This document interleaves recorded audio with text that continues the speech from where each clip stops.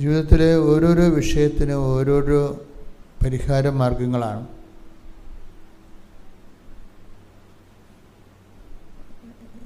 ഈ പരിഹാര മാർഗങ്ങൾ അതിൽ തന്നെ വളരെ വ്യക്തവും കൃത്യവുമാണ്. ഉടമ്പടിയിൽ വരുന്ന ഒരു ബിഗ് പോയിൻ്റ്, എല്ലാത്തിനും അതിൻ്റെ സ്ട്രെങ്ത്തും ഉണ്ടാവും, വീക്ക്നെസ്സും ഉണ്ടാവും. ഇപ്പം നമ്മൾ ഒരു കാര്യത്തിന് വേണ്ടി തുനിഞ്ഞിറങ്ങുമ്പോൾ നമ്മളൊരു പേഴ്സണൽ അസസ്മെൻറ്റ് നടത്തും, വ്യക്തിപരമായൊരു വിലയിരുത്തൽ, ഈ വിഷയം അഭിമുഖീകരിക്കാനുള്ള നമ്മുടെ സ്ട്രെങ്ത് എന്താണ്, നമ്മുടെ വീക്ക്നെസ് എന്താണ്, നമ്മൾ അസസ് ചെയ്യും. നമുക്ക് അതിനുള്ള പവർ എന്താണ്, എവിടെയാണ് നമുക്ക് ഇപ്പോൾ പഠനത്തിൻ്റെ കാര്യം തന്നെ. ശരി പറയും, അച്ഛാ എനിക്ക് സ്പീക്ക് ചെയ്യാൻ പറ്റും, പക്ഷെ അവർ പറയണത് എനിക്ക് കേൾക്കാൻ എനിക്ക് കൃത്യമായിട്ട് കിട്ടത്തില്ലെന്ന് പറയും. അതുകൊണ്ട് ഹിയറിങ്ങിന് ഞാൻ പോവും. ഞാൻ റൈറ്റിങ്ങിന് ഓക്കെയാണ്. അതുപോലെ തന്നെ IELTSൻ്റെ സ്പീക്കിങ്ങിന് ഞാൻ ഓക്കെയാണ്, റീഡിങ്ങിന് ഞാൻ ഓക്കെയാണ്. പക്ഷേ അവരുടെ ഫോണറ്റിക്സ് എനിക്ക് മനസ്സിലാവണില്ല, അതുകൊണ്ട് റീഡിങ്ങിന് എനിക്ക് ക്യാച്ച് ചെയ്യാൻ പറ്റണില്ല എന്ന് പറയും. അതാണ് നമ്മുടെ വീക്ക്നെസ്. അപ്പോൾ സ്ട്രെങ്ത് എന്ന് പറയണത് നമ്മൾ ഓക്കെ ആണെന്ന് പറയുന്നതെല്ലാം നമ്മുടെ സ്ട്രെങ്താണ്. ഉടമ്പടിയിലും ഇതുപോലെ സ്ട്രെങ്ത് ആൻഡ് വീക്ക്നെസ് ഉണ്ട്. പ്രാർത്ഥനയ്ക്ക് നമ്മൾ ഓക്കെയാണ്, നമ്മൾ സ്ട്രെങ്ത് ഉണ്ട്, നമ്മൾ പ്രാർത്ഥിക്കും. ഒരു ഉടമ്പടി മിനിമം പ്രാർത്ഥനയേ ഉള്ളൂ. അപ്പം നിങ്ങൾ തന്നെ ഓർക്കും, ഇത്രയും കൊച്ചു പ്രാർത്ഥനയല്ലേ ഉള്ളൂ, ഇതുകൊണ്ട് വലിയ കാര്യങ്ങൾ എങ്ങനെ ചെയ്യാനാണെന്ന് നിങ്ങൾ ഓർക്കും. ആ പ്രാർത്ഥനയുടെ ഡോസേജ് അതിൽ 20% ഉള്ളൂ. ബാക്കി 30% കാരുണ്യ പ്രവൃത്തികളാണ്. 50% ഇവാഞ്ചലൈസേഷനാണ്, സുവിശേഷ വിശ്വാസ കൈമാറ്റം. എപ്പോഴും ഞാൻ പറയുന്നു, എല്ലാ ദിവസവും ഞാൻ പറയുന്നുണ്ട്, നിങ്ങളിതിനെ മുഴുവൻ ഒരു പ്രാർത്ഥനയാക്കി അങ്ങോട്ട് കൺവേർട്ട് ചെയ്യും. 80% പ്രാർത്ഥനയാക്കും. കാര്യം നമ്മൾ പരിചയിച്ചത് അതാണ്. പക്ഷെ ഉടമ്പടി വരുമ്പോൾ ഉണ്ടാകുന്ന ഒരു പ്രശ്നം, ഇതിൻ്റെ ഫോർമാറ്റ് നേരെ ഓപ്പോസിറ്റ് ചേഞ്ച് ചെയ്യുന്നുണ്ട്. അവൻ പറയുന്ന പോലെ ചൊല്ലുകയല്ല നമ്മൾ ചെയ്യണത്, അവൻ പറയുന്ന പോലെ ചെയ്യുകയാണ്. അതിൻ്റെ കാരണം അതൊരു ഫോർമുലയാണ്. മനുഷ്യൻ രക്ഷപ്പെടാനും ഇല്ലായ്മയിൽ നിന്ന് രക്ഷപ്പെടാൻ വേണ്ടി പരിശുദ്ധ അമ്മയിലൂടെ ദൈവം വെളിപ്പെടുത്തിയ ഒരു പദ്ധതിയാണ്. അവൻ പറയണ പോലെ ചെയ്യുക. അത് എത്രയോ വർഷമായിട്ട് സഭയിൽ ആ വചനം സുവിശേഷം വായിക്കുന്നതാണ്. പക്ഷെ കൃപാസനത്തിൽ അത് വായിച്ചപ്പോൾ അതിൻ്റെ പാസ്വേഡ് കൂടി തന്ന്, പാസ്വേഡ് ഇല്ലാതെ നമുക്ക് എന്തുകൊണ്ടും ചെയ്യാമല്ലോ. ഫ്രീ ആയിട്ട് കിട്ടുന്ന ഒത്തിരിയേറെ സൈറ്റുകളുണ്ട്. പക്ഷെ ചിലതിന് നമ്മൾ പേയ്മെൻ്റാണ്, പൈസ കൊടുത്താൽ മാത്രമേ ഫർദറായിട്ട്. ഇപ്പം നമുക്ക് ഒരു എസ്സേ, ഇപ്പം ചാറ്റ് GTP ഒക്കെ നമുക്ക് ഒരു എസ്സേ ഒക്കെ ഫോർമുലേറ്റ് ചെയ്യാൻ സഹായിക്കും. പക്ഷേ ചില പുസ്തകങ്ങളുടെ ആന്തരിക കണ്ടൻറ്റുകൾ വേണമെങ്കിൽ നമ്മൾ പേയ്മെൻറ്റ് നടത്തണം, പൈസ കൊടുത്താൽ മാത്രമേ കിട്ടത്തുള്ളൂ. ഇപ്പം വചനത്തിൻ്റെ ഒരു അവസ്ഥ അതാണ്. വചനം വായിക്കുമ്പോൾ കിട്ടുന്നതെല്ലാം ഫ്രീ ആയിട്ട് കിട്ടുന്നതാണ്. ഓരോ വചനത്തിനും പാസ്വേഡുണ്ട്, പേയ്മെൻറ്റ് നടത്തിയിട്ട് കിട്ടുന്നത്. കൃപാസനത്തിൽ ഈ 2:5 യോഹന്നാൻ്റെ സുവിശേഷം 2:5 അവൻ പറയണ പോലെ ചെയ്യുക എന്നുള്ള വാക്ക് 2000 വർഷങ്ങളായിട്ട് ഇവിടെ വായിക്കപ്പെടുന്നതാണ് സുവിശേഷത്തിലെ. പക്ഷെ അതിൻ്റെ അകത്തൊരു ഉടമ്പടി ഇരിപ്പുണ്ടെന്നുള്ളതാണ് കൃപാസനത്തിന് കിട്ടിയ പ്രത്യേക വെളിപാട്. അതിന് ശരിക്കും പേയ്മെൻ്റാണത്. അതെന്ത് പേയ്മെൻ്റെന്ന് വെച്ച് കഴിഞ്ഞാൽ ഞങ്ങളിവിടെ ചെയ്തത് 2003 ഒരു വർഷം മുഴുവനും അഖണ്ഡ ജപമാല, 1000 മണി ജപമാല, 6 ദിവസത്തെ മഴയെന്നൊക്കെ പറഞ്ഞ പോലെ 6 ദിവസത്തെ കൊന്തമുണ്ടായിരുന്നു ഇവിടെ. രാത്രിയും പകലും ജപമാല ചെല്ലും. 1 മണിക്കൂർ പോലും 1 മിനിറ്റ് പോലും കളയാതെ രാത്രിയും പകലും തോരാതെ ഇങ്ങനെ ജപമാല ചൊല്ലുമായിരുന്നു ഇവിടെ. ഒരു കൂടാരമൊക്കെ കെട്ടിയിട്ട് അതിൻ്റെ അകത്തിരുന്ന് ഓരോരോ ഗ്രൂപ്പുകൾ വന്ന് അണമുറിയാതെ ഇങ്ങനെ ജപമാല ചൊല്ലുമായിരുന്നു 2003. അത് ഒക്ടോബർ മാസം 25-ാം തീയതിയാണ് തുടങ്ങിയത്. പിറ്റേ കൊല്ലം ഒക്ടോബർ മാസത്തിലാണ് അത് തീരണത്. 2004 ആണ് ആ അണമുറിയാത്ത ജപമാല തീരണത്. അതിനുശേഷം 2004 ഒക്ടോബർ 25-ന് തീരുമ്പോൾ ഡിസംബർ ആയപ്പോൾ മാതാവ് പ്രത്യക്ഷപ്പെട്ടു. മാതാവ് പ്രത്യക്ഷപ്പെട്ടെങ്കിലും ദുരന്തം ഉണ്ടാകാൻ പോണ് പ്രാർത്ഥിക്കണമെന്നാണ് അമ്മ പറഞ്ഞത്. അപ്പോൾ സമയഘടികാരം നെഞ്ചിൽ ചാർത്തി സിൽവർ ഗിരയിലാണ് അമ്മ പ്രത്യക്ഷപ്പെടുന്നത്. ഇതിൻ്റെ വലിയ ഒരു ഇമ്പാക്റ്റ് ആ ദിവസങ്ങളിൽ ഇല്ലാതിരുന്നത്. എനിക്കാണെങ്കിൽ ഇത് ഇങ്ങനെ ലോകം മുഴുവൻ വ്യാപിപ്പിക്കേണ്ട ഒരു കാര്യമായിട്ട് തോന്നിയില്ല. തോന്നുന്നത് വെച്ചാൽ ആ പരുവക്കേടായിരുന്നു അന്നത്തെ കാലം. അതൊക്കെ ഇവിടെയൊക്കെ ഇത് തുടങ്ങി വരുന്നൊരു സമയമാണ്. അപ്പം അതുകൊണ്ട് സഭയിൽ നിന്ന് ചോദ്യങ്ങളുണ്ടാവും. ഇത് ആൾക്കാരെ കൂട്ടാൻ വേണ്ടി നിങ്ങൾ വല്ല തരികിട പരിപാടിയും കാണിക്കണമെന്ന് വിചാരിച്ചുകൊണ്ട്, അപ്പം എനിക്ക് ആ വിഷയത്തിൽ വല്ല സസ്പെൻഷനൊക്കെ വരുമെന്ന് വിചാരിച്ചുകൊണ്ട് ഞാനത് മിണ്ടാതെ അങ്ങനെ നടന്നു. ഈ ജനങ്ങളോട് പറഞ്ഞ് നമ്മൾ പ്രത്യക്ഷപ്പെട്ട കാര്യമെങ്കിലും പ്രചരിപ്പിച്ചില്ല. പിന്നെ 10 കൊല്ലം കഴിഞ്ഞ് 2014 അവസാനമായപ്പോൾ, സെപ്റ്റംബർ ആയപ്പോൾ വാടിപ്പെട്ടി പോയി. അവിടെ വെച്ചാണ് എനിക്കവിടെ കയറാൻ പറ്റാത്ത അമ്മയുടെ സന്നിധാനം, അവിടെ മാതാവ് പ്രത്യക്ഷപ്പെട്ടതാണ്. അപ്പോൾ അവിടെ സന്നിധാനത്തിൽ കയറാൻ പറ്റാത്ത ഒരു മാനസികാവസ്ഥ വന്ന് ഞാൻ ഡൗൺ ആയിട്ട് അങ്ങനെ പുറത്ത് നിൽക്കുകയാണ്. വിജയകുമാറിനെ കൊണ്ട് ഞാൻ നേർച്ചയിടിച്ചിട്ട് തിരിച്ചു പോന്നു. വിജയകുമാർ എന്നോട് ചോദിച്ചു, എന്തുകൊണ്ടാണ് ഈ അച്ഛൻ കയറാത്തത്? അപ്പോൾ ഞാൻ പറഞ്ഞു, എനിക്കിവിടെ കയറാൻ അനുവാദമില്ലെന്ന് പറയണം അമ്മ. ഇതിനേക്കാൾ വ്യക്തമായിട്ടാണ് കൃപാസനത്തിൽ പ്രത്യക്ഷപ്പെട്ടത്. നീ അത് പൂത്തിവെച്ചിരിക്കുന്ന കാരണം നിനക്ക് മരണസമയത്ത് ഇതിന് ഉത്തിരിപ്പ് കടവുണ്ടാകുമെന്ന്. കാര്യം അതെനിക്ക് പേടിയായിപ്പോയി. ഈ പ്രത്യക്ഷീകരണം ഇവിടെ പ്രഖ്യാപിക്കേണ്ട കാരണം ഇത്രയും എനിക്ക് വേറെ പ്രശ്നങ്ങളൊന്നുമില്ലായിരുന്നു. അതായത് എൻ്റെ മരണസമയത്ത് ദൈവം നടത്തിയ ഈ വലിയ കാര്യം ലോകത്തോട് പറയാതെ മരിച്ചാൽ അത് ഉത്തിരിപ്പ് കടമാകുമെന്ന് പറഞ്ഞപ്പോഴാണ് ഞാൻ പിന്നെ മുമ്പും പുറകും നോക്കാതെ ഇവിടെ വന്ന് 2015 അമ്മയെ പ്രതിഷ്ഠിച്ച്. അന്ന് പ്രതിഷ്ഠിച്ച മാതാവാണ് അവിടെ ഇരിക്കുന്നത്. അതായത് കൃപാസന മാതാവല്ല, ലൂർദ് മാതാവിൻ്റെ രൂപമാണ് നമ്മുടെ ഉണ്ടായിരുന്നത്. പിന്നീട് ഞാനൊരു രൂപം എനിക്ക് മനസ്സിലായില്ല, ഈ പൂർണ്ണ ലൈൻ അത് മോശമാണ്, ദൈവം വളരെ ശ്രദ്ധയോടുകൂടിയാണ് വിഷയം കൈകാര്യം ചെയ്യണതെന്ന് മനസ്സിലായപ്പോൾ ഞാൻ ന്യൂട്രലായിട്ട് ആദ്യം ഒരു മാതാവ് 1987 എൻ്റെ മുറിയിൽ കൊണ്ടുവന്നായിരുന്നു. അന്ന് മുതലാണ് ഞാൻ മാതാവിലേക്ക് കുറച്ച് അടുത്തത്. ഞാൻ പ്രൈവറ്റ് പേഴ്സണൽ ജപമാലയൊക്കെ ചെല്ലാൻ തുടങ്ങിയത് അവിടെ വെച്ചാണ്. ഞാൻ ഈ മാതാവിൻ്റെ രൂപം കൊണ്ട് ചമ്പക്കുളത്ത് കൊടുത്തും പറഞ്ഞ് ഞാനൊരു മാതാവിനെ കൃപാസനത്തിൽ കണ്ടായിരുന്നു. അത് സിൽവർ ഗ്രേയാണ്, നടുക്ക് ക്രോക്കുണ്ടായിരുന്നു, 10-8 സൂചി കാണിച്ചിരുന്നു. എനിക്ക് ആ മാതാവിൻ്റെ രൂപം പോലെ അത് നിങ്ങൾക്ക് എനിക്ക് പറഞ്ഞു തരാനേ പറ്റത്തുള്ളൂ. അതുകൊണ്ട് എൻ്റെ കയ്യിലുള്ള രൂപം ഇതാണെന്ന് പറഞ്ഞ് ഞാനത് കൊടുത്തു. ചപ്പക്കുളത്ത് കൊണ്ട് കൊടുത്തിട്ട് ഈ രൂപം ചെയ്യാൻ വേണ്ടി പറഞ്ഞു. അപ്പോൾ അതൊരു അങ്ങനെ ഒന്നും ഒരു ശില്പിയോട് പറയാൻ പറ്റത്തില്ല. അച്ഛന് വട്ടാണെന്ന് തോന്നും. കാര്യം ഞാൻ മനസ്സിലുള്ള രൂപം നിങ്ങൾ ചെയ്യണമെന്ന് പറഞ്ഞാൽ എങ്ങനെ ശരിയാണ്? എൻ്റെ മനസ്സിലുള്ള രൂപമേ നിങ്ങൾ ചെയ്യണം. നിങ്ങൾക്കൊരു മോഡൽ വേണമെങ്കിൽ എൻ്റെ കയ്യിൽ എന്നെ അമ്മയിലേക്ക് നയിച്ചൊരു രൂപമുണ്ട്, അത് ഇത് കൊണ്ടുവന്നു. എൻ്റെ അത് മൊബൈൽ അതിൻ്റെ പടങ്ങളെല്ലാം എടുത്ത് എന്തൊരു മാതാവിൻ്റെ രൂപം ഉണ്ടാക്കി. 1 കൊല്ലം കൊണ്ടാണ് ഈ രൂപം ഉണ്ടാക്കിയത്.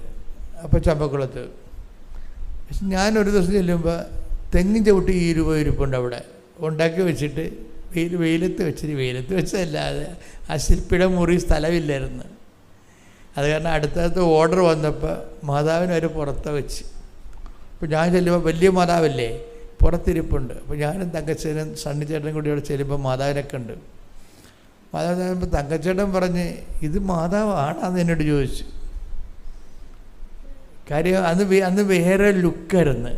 ഇന്ന് നിങ്ങൾ കാണുന്ന കൃപാസന മാതാവ് എൻ്റെ ലുക്കല്ലായിരുന്നു. ഇങ്ങനെ ഇത് ചോദിച്ചപ്പോൾ എനിക്കും തോന്നി, എനിക്കൊരു സംശയം, ഇത് എന്തിങ്ങനെ ഇത് ചോദിച്ചല്ല, ഇങ്ങനെയല്ലല്ലോ ഞാൻ ഉദ്ദേശിച്ചതെന്ന്.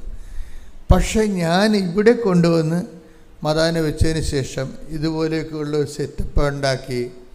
അപ്പോൾ ഞാൻ ഈ പള്ളിയിലിരിക്കുകയാണ്. മാതാവിനെ കൊണ്ടുവന്ന് വെച്ചതിന് ശേഷം ഞാനൊരു ദിവസം സന്ധ്യയ്ക്ക് ഇവിടെ വന്ന്, സന്ധ്യയ്ക്ക് ഇടുന്നപ്പോൾ ഇവിടെയെല്ലാം ഇരുട്ടാണ്, മാതാവിൻ്റെ മുഖത്ത് മാത്രം ലൈറ്റ് കിടപ്പുണ്ട്. അപ്പം ഞാനിങ്ങനെ മാതാവിലേക്ക് ഇങ്ങനെ കണ്ണ് ചിമ്മി അവിടെ നോക്കുമ്പോഴുണ്ട് അന്ന് പ്രത്യക്ഷപ്പെട്ട ഒരു കടുകിന് പോലും വ്യത്യാസമില്ലാത്ത അതേ മാതാവാണിത്. അപ്പം എനിക്ക് മനസ്സിലായി, കളി മാറുകയാണെന്ന് മനസ്സിലായി. കാര്യം ഞാൻ ഈ സ്വകാര്യമായിട്ട് ഈ അമ്മയുടെ കൂടെ സഞ്ചരിക്കുമ്പോൾ എനിക്കുണ്ടാകുന്ന വ്യക്തിപരമായ അനുഭവങ്ങളാണ് നിങ്ങളോട് പറയണത്. അപ്പം മനസ്സിലായി, ഇത് അമ്മ കരുതിക്കൂട്ടി ഇറങ്ങിയിരിക്കുകയാണ്, കളി മാറുകയാണെന്ന് മനസ്സിലായി.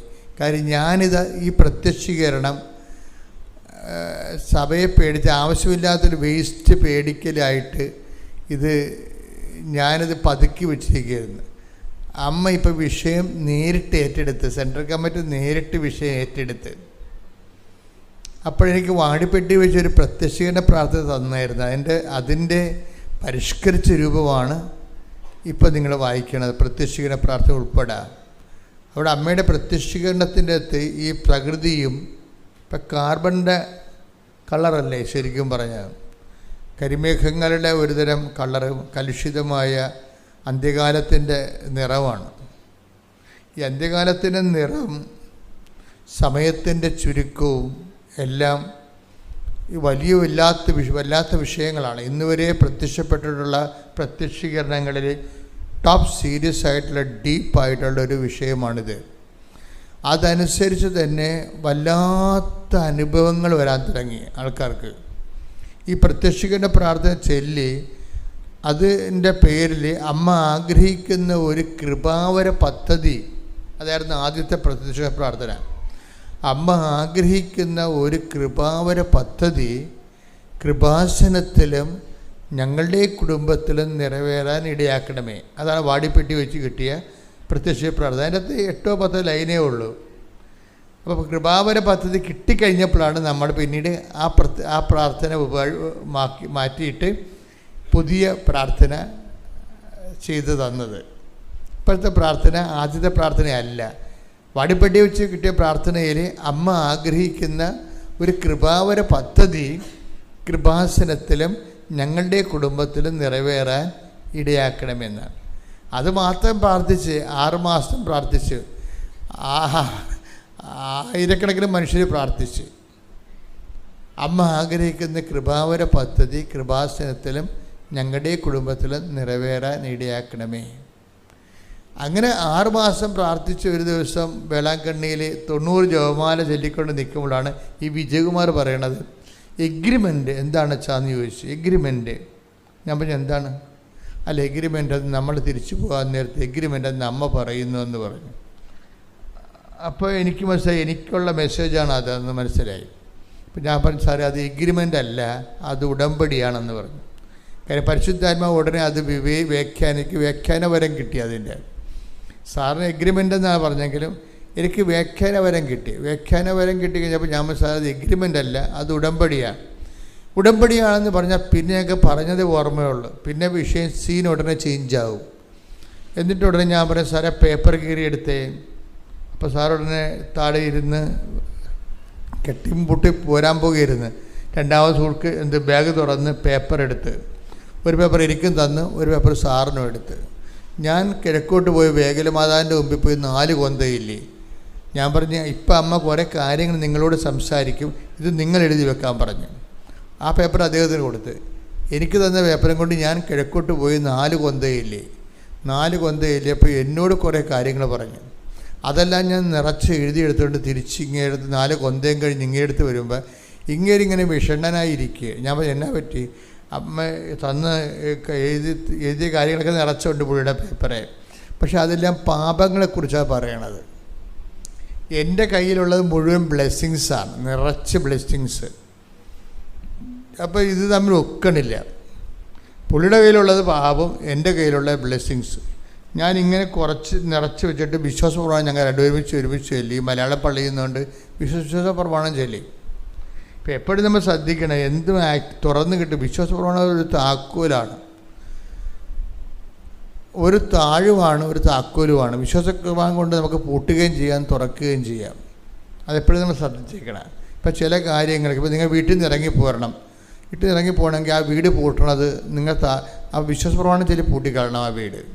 അപ്പം പിന്നെ ഒരു ചലിക്കത്തില്ല. അതിന് നമ്മളെ ഒരു പാമ്പ് പോലും കയറത്തില്ല അതിൻ്റെ അകത്ത്.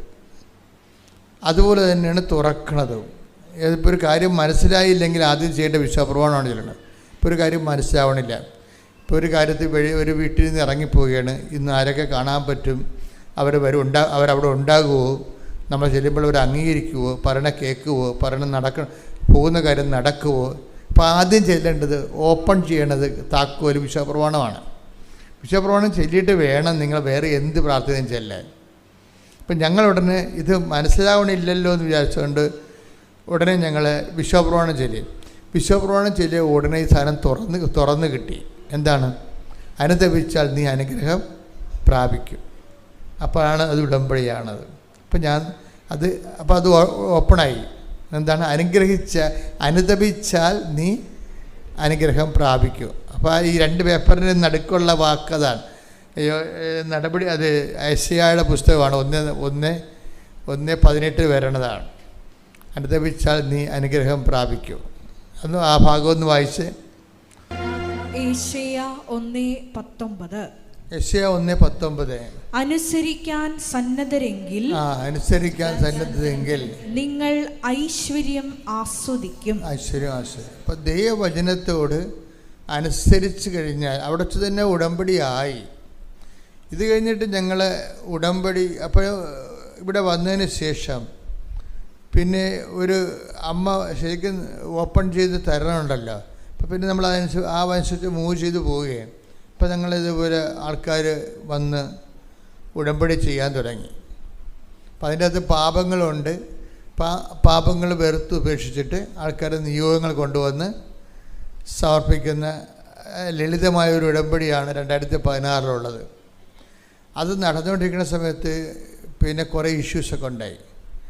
അപ്പോൾ അത് ഇങ്ങനെ ഒരു സിറ്റുവേഷൻസ്, പുതിയൊരു പ്രാർത്ഥനാക്രമം വന്നപ്പോൾ പലയിടത്തും ചോദ്യങ്ങളുണ്ടായി. എന്താണിത്, എവിടെ നിന്നാണിത്, എങ്ങനെയാണിത്, ബൈബിള് വിരുദ്ധമാണോ, ദൈവശാസ്ത്ര വിരുദ്ധമാണോ എന്നൊക്കെ സഭയുടെ ഉള്ളിൽ നിന്നൊക്കെ ചോദ്യങ്ങളുണ്ടായി. അപ്പോൾ എനിക്ക് തോന്നി ഇതൊന്ന് ആൾക്കാർക്ക് ബോധ്യപ്പെടുത്താൻ വേണ്ടി, മെത്രാനച്ചന്മാർക്കെല്ലാം ബോധ്യപ്പെടുത്താൻ വേണ്ടി ഇത് എഴുതണമല്ലോ എന്ന് എഴുതി. അങ്ങനെ എഴുതി 72 മണിക്കൂർ എഴുതിയ 170-170ഓളം പേജുകൾ 72 മണിക്കൂർ കൊണ്ട് എഴുതിയതാണത്. ആ എഴുതിയതിൻ്റെ കൂട്ടത്തിലാണ് ഇതെല്ലാം വരണം. ഉപ്പ്, ഉടമ്പടി തൈലം, ഉടമ്പടി ഇങ്ങനെ ഓരോ സാധനങ്ങളും അതിൻ്റെ വിശദീകരണങ്ങളും അതിൻ്റെ സുവിശേഷ പശ്ചാത്തലങ്ങളും ഇങ്ങനെ എല്ലാം എഴുതുകയാണ്. അത് ദൈവം ഇങ്ങനെ എല്ലാ നിമിഷങ്ങളും ഇങ്ങനെ തന്നുകൊണ്ടിരിക്കുന്നു ഓരോ സംഭവം. ഇതെല്ലാം കൂടി ആകുമ്പോൾ ഇത് വലിയൊരു സംഭവമായിട്ട് മാറുകയാണ്. അപ്പോഴാണ് പ്രയോഗവിധികൾ വരണത്. പ്രയോഗവിധികൾ ഇപ്പോൾ നമുക്ക് പ്രഖ്യാപനങ്ങളുണ്ട്, പ്രാർത്ഥനയുണ്ട്, പക്ഷേ പ്രയോഗവിധികളില്ല. പ്രയോഗവിധികളെന്ന് പറയുന്നത് സഭയിൽ കുറവാണ്. സഭയിലുണ്ടായിരുന്ന പ്രയോഗവിധികൾ തന്നെ കുറഞ്ഞുകൊണ്ടിരിക്കുകയാണ്. ഇപ്പോൾ നമ്മൾ പെസകാവ് വലിയ ശനിയാഴ്ച നമുക്ക് പണ്ട് ആനാമ്പെള്ളം തരത്തില്ല, പുത്തൻവെള്ളം തരികയില്ലേ. ഇപ്പോൾ പുത്തൻവെള്ളം ആൾക്കാർ ഉപയോഗിക്കണില്ലല്ലോ അധികം. അതിൻ്റെ കാരണം എന്ന് വെച്ച് കഴിഞ്ഞാൽ ഈ പ്രയോഗവിധികളെക്കുറിച്ച് പിന്നീട് വന്ന അച്ഛന്മാർക്ക് ഇതിൻ്റെ കാര്യങ്ങൾ അറിയാൻ പറ്റാതെ വന്ന്.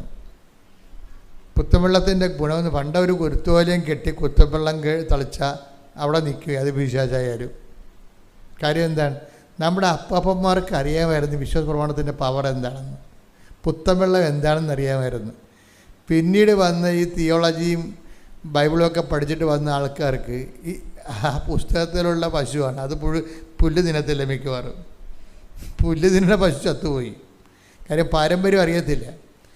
സഭയെ അനുഷ്ഠിച്ച് പോകുന്ന ഒരു പാരമ്പര്യമുണ്ട്. ഒരു മരുന്നെടുത്താൽ പോലും അമ്മമാർ വിശ്വാസപ്രമാണം ചൊല്ലി 3 കുരിശിനകത്തിടും. ഇപ്പോഴത്തെ അമ്മമാരിടുവാന്ന് നമുക്കറിയത്തില്ല. പഴയ അമ്മമാർ കുഞ്ഞുങ്ങൾക്ക് മരുന്ന് കൊടുക്കുമ്പോൾ മരുന്നല്ല കാര്യം, കർത്താവാണെന്ന് അറിഞ്ഞുകൊണ്ട് തന്നെ അവർ അതിൻ്റെ പുറത്ത് കുരിശിട്ടിട്ട് മാത്രമേ മരുന്ന് കൊടുക്കത്തുള്ളൂ. കാര്യം അത് പാരമ്പര്യമാണ്. അത് അനുഷ്ഠിച്ചിരുന്ന ഒരു കാലവും ആ ഒരു തലമുറയൊക്കെ മണ്ണടിഞ്ഞു പോയി. സഭയുടെ അകത്തും പുറത്തും ഈ മണ്ണിടിച്ചിൽ ഉണ്ടായിട്ടുണ്ട്. പാരമ്പര്യം ആവശ്യമില്ലാത്ത പാരമ്പര്യത്തെ കൊടുത്ത് കോയ്മ നടിക്കാൻ വേണ്ടി കൊട്ടിഘോഷിക്കണമെന്നല്ലാതെ ദൈവികമായ അനുഭവ വിശ്വാസ തലങ്ങളെ കൈമാറുന്ന പാരമ്പര്യങ്ങളാണ് നമുക്ക് നഷ്ടപ്പെട്ടത്. നമുക്ക് സമുദായ മേൽക്കോയ്മയ്ക്ക് വേണ്ടിയുള്ള കൊട്ടിഘോഷങ്ങൾ ആണിപ്പോൾ നടക്കുന്നത്. മറിച്ച് വേണ്ടത് വിശ്വാസ പാരമ്പര്യങ്ങളായിരുന്നു നമുക്കുണ്ടായിരുന്നത്. അത് ആ ഒരു തലമുറ മൺമറഞ്ഞ് പോയിക്കൊണ്ടിരിക്കുകയാണ്. കാര്യം അത് പ്രയോഗവിധികളുടെ ഒരു കാലമായിരുന്നു. എന്തും ദൈവത്തെ പ്രയോഗിക്കും. പുത്തൻ വെള്ളമാണെങ്കിലും എന്ത് വിഷയമായാലും അതുകൊണ്ട് തളിക്കും. അതാണ് പ്രയോഗം എന്ന് പറയുന്നത്. അപ്പോൾ ഈ ഉടമ്പടി വന്നപ്പോൾ വീണ്ടും പ്രയോഗവിധികൾ തിരിച്ചു വന്ന് ഉപ്പ്, ഉടമ്പടി തൈലം, അല്ലേ, ഉടമ്പടി കാശുരൂപം, എന്തെല്ലാം പ്രയോഗവിധികളാണ്. അത് വിശ്വാസത്തിൻ്റെ തന്നെ വേറൊരു എക്സ്പ്രഷനാണ്. അത് പ്രയോഗവിധികളെന്ന് പറയണത്.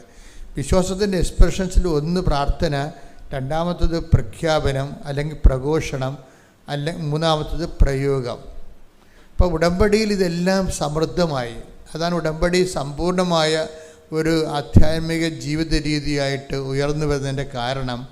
വിശ്വാസത്തിൻ്റെ കഴിഞ്ഞ ദിവസങ്ങളിലൊരു സാക്ഷ്യമുണ്ടായി. സാക്ഷ്യം എന്ന് പറയുമ്പോൾ അവരുടെ പേര് എനിക്ക് ഇഷ്ടപ്പെട്ടായിരുന്നു. നല്ല സാക്ഷ്യം. അതായത് നിഷ രാജ എന്നും പറഞ്ഞ് അവർ ഗുജറാത്തിൽ താമസിക്കുകയാണ് വർഷങ്ങളായിട്ട്. രാജ അഗസ്റ്റിൻ, നിഷ രാജ, ഇവർ ഗുജറാത്തിൽ താമസിക്കുകയാണ്. അപ്പോൾ ഇവരുടെ പ്രശ്നമെന്ന് പറയുന്നത് ഇവർക്ക് 20 വർഷമായിട്ട് മക്കളില്ല. 20 വർഷമായിട്ട്. അപ്പം ഇവർ അവസാനത്തെ ചികിത്സ അമൃതയിലാണ്. അമൃതയിലെ ചികിത്സയും കഴിഞ്ഞിട്ട് അമൃത ഇവർക്ക് അതുകൊണ്ട് ശരിയാകഴിഞ്ഞിട്ട് അഹമ്മദാബാദിലെ ഏറ്റവും ടോപ്പ് ആശുപത്രിയിലെ 1-ാം നമ്പർ ഡോക്ടറിൻ്റെ അടുത്ത് ഇവർ പോകും. അത് അമൃതയിൽ നിന്ന് ഇവരെ അങ്ങോട്ട് റെക്കമെൻഡ് ചെയ്യണതാണ്. അഹമ്മദാബാദിലെ 1-ാം നമ്പർ ഡോക്ടറിൻ്റെ അടുത്ത് പോയിട്ട് അവരിവരെ അക്കോമഡേറ്റ് ചെയ്യും. പക്ഷേ അവരുടെ ഈ 20ാമത്തെ കൊല്ലം അങ്ങേരുടെ ചികിത്സയായിട്ട് ഇവിടെ മക്കളില്ല. പിന്നെ അവർ ചികിത്സ നിർത്തുമ്പോൾ എന്താണ്, 22 ഡോക്ടർമാരുടെ ഫയലാണ് ഇരിക്കണ കയ്യിൽ. ഇത്രയും നാളിനുള്ളിൽ ഇതിനുള്ളിൽ ഒരു പ്രാവശ്യം കുഞ്ഞിനെ 9 മാസം കുഞ്ഞിനെ 9 മാസമുള്ള കുഞ്ഞിനെ പ്രസവിച്ച് വരെ. പക്ഷേ ചത്ത് കിടക്കിയിരുന്നു കൊച്ച്, ചത്താണ് പ്രസവിച്ചത്. പിന്നെ മിസ്കാരേജ് ഉണ്ടായി. 6 പ്രാവശ്യം അബോർഷനായി. കുഞ്ഞുണ്ടാകും, 1-ാം മാസമോ 2-ാം മാസമോ അബോർട്ടായി പോകും. പിന്നെ IVF, അങ്ങനെ പല പരിപാടികളൊക്കെ ആയിട്ട് ഇങ്ങനെ ലക്ഷക്കണക്കിന് രൂപയാണ് ഇതിന് മുടക്കണത് ഇങ്ങനെ. എന്നിട്ട് എന്തോ ഒരു എത്ര കാലം ആശുപത്രി കിടപ്പാണ് ഒരു കുഞ്ഞിന് വേണ്ടി. എത്ര കാലത്തെ ആശുപത്രി കിടപ്പാണ്. ലക്ഷക്കണക്കിന് രൂപയാണ് ഇവരിതിനു വേണ്ടി മുടക്കണത്. മുടക്കി 22 ഡോക്ടേഴ്സിൻ്റെ ഫയലാണ് അവിടെ കയ്യിലുള്ളത്. ഒരു പെട്ടി ഫയലാണ് ഒരു കുഞ്ഞ് ജനിക്കാൻ വേണ്ടി ഒരു വൈദ്യശാസ്ത്രം മുടക്കിയിരിക്കുന്നത്. ഒടുവിലെല്ലാം പരാജയപ്പെട്ട് ഒടുവിൽ കൃപാസനത്തിൽ വരും. കൃപാസനത്തിൽ വരുമ്പോൾ എന്താ സംഭവിക്കണത്, ഒരു ഉടമ്പടി എടുക്കും.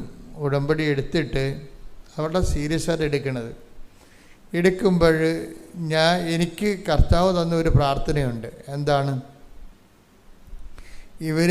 ഇവിടെ വരുമ്പോൾ, മക്കളില്ലാത്തവർ ഇവിടെ വരുമ്പോൾ അവർക്ക് വേണ്ടിയുള്ള എല്ലാത്തിനും വേണ്ടി പ്രാർത്ഥനയുണ്ട്.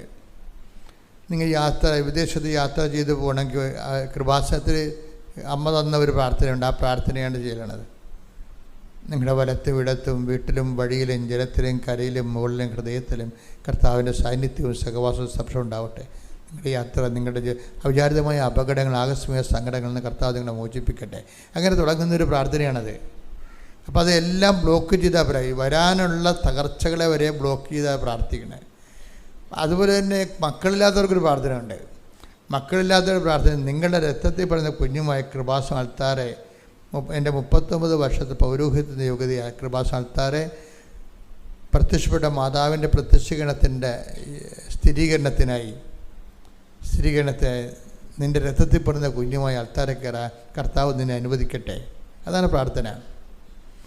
അതെല്ലാവർക്കും കൊടുക്കണം. അത് ഞാൻ എഴുതിയുണ്ടാക്കിയത് ഇങ്ങനെ ചിന്തിച്ചുണ്ടാക്കിയതല്ല. അതിങ്ങനെ ആൾക്കാരെ കാണുമ്പോൾ പരിശുദ്ധാത്മാവ് തരും ഓരോ പ്രാർത്ഥനകൾ.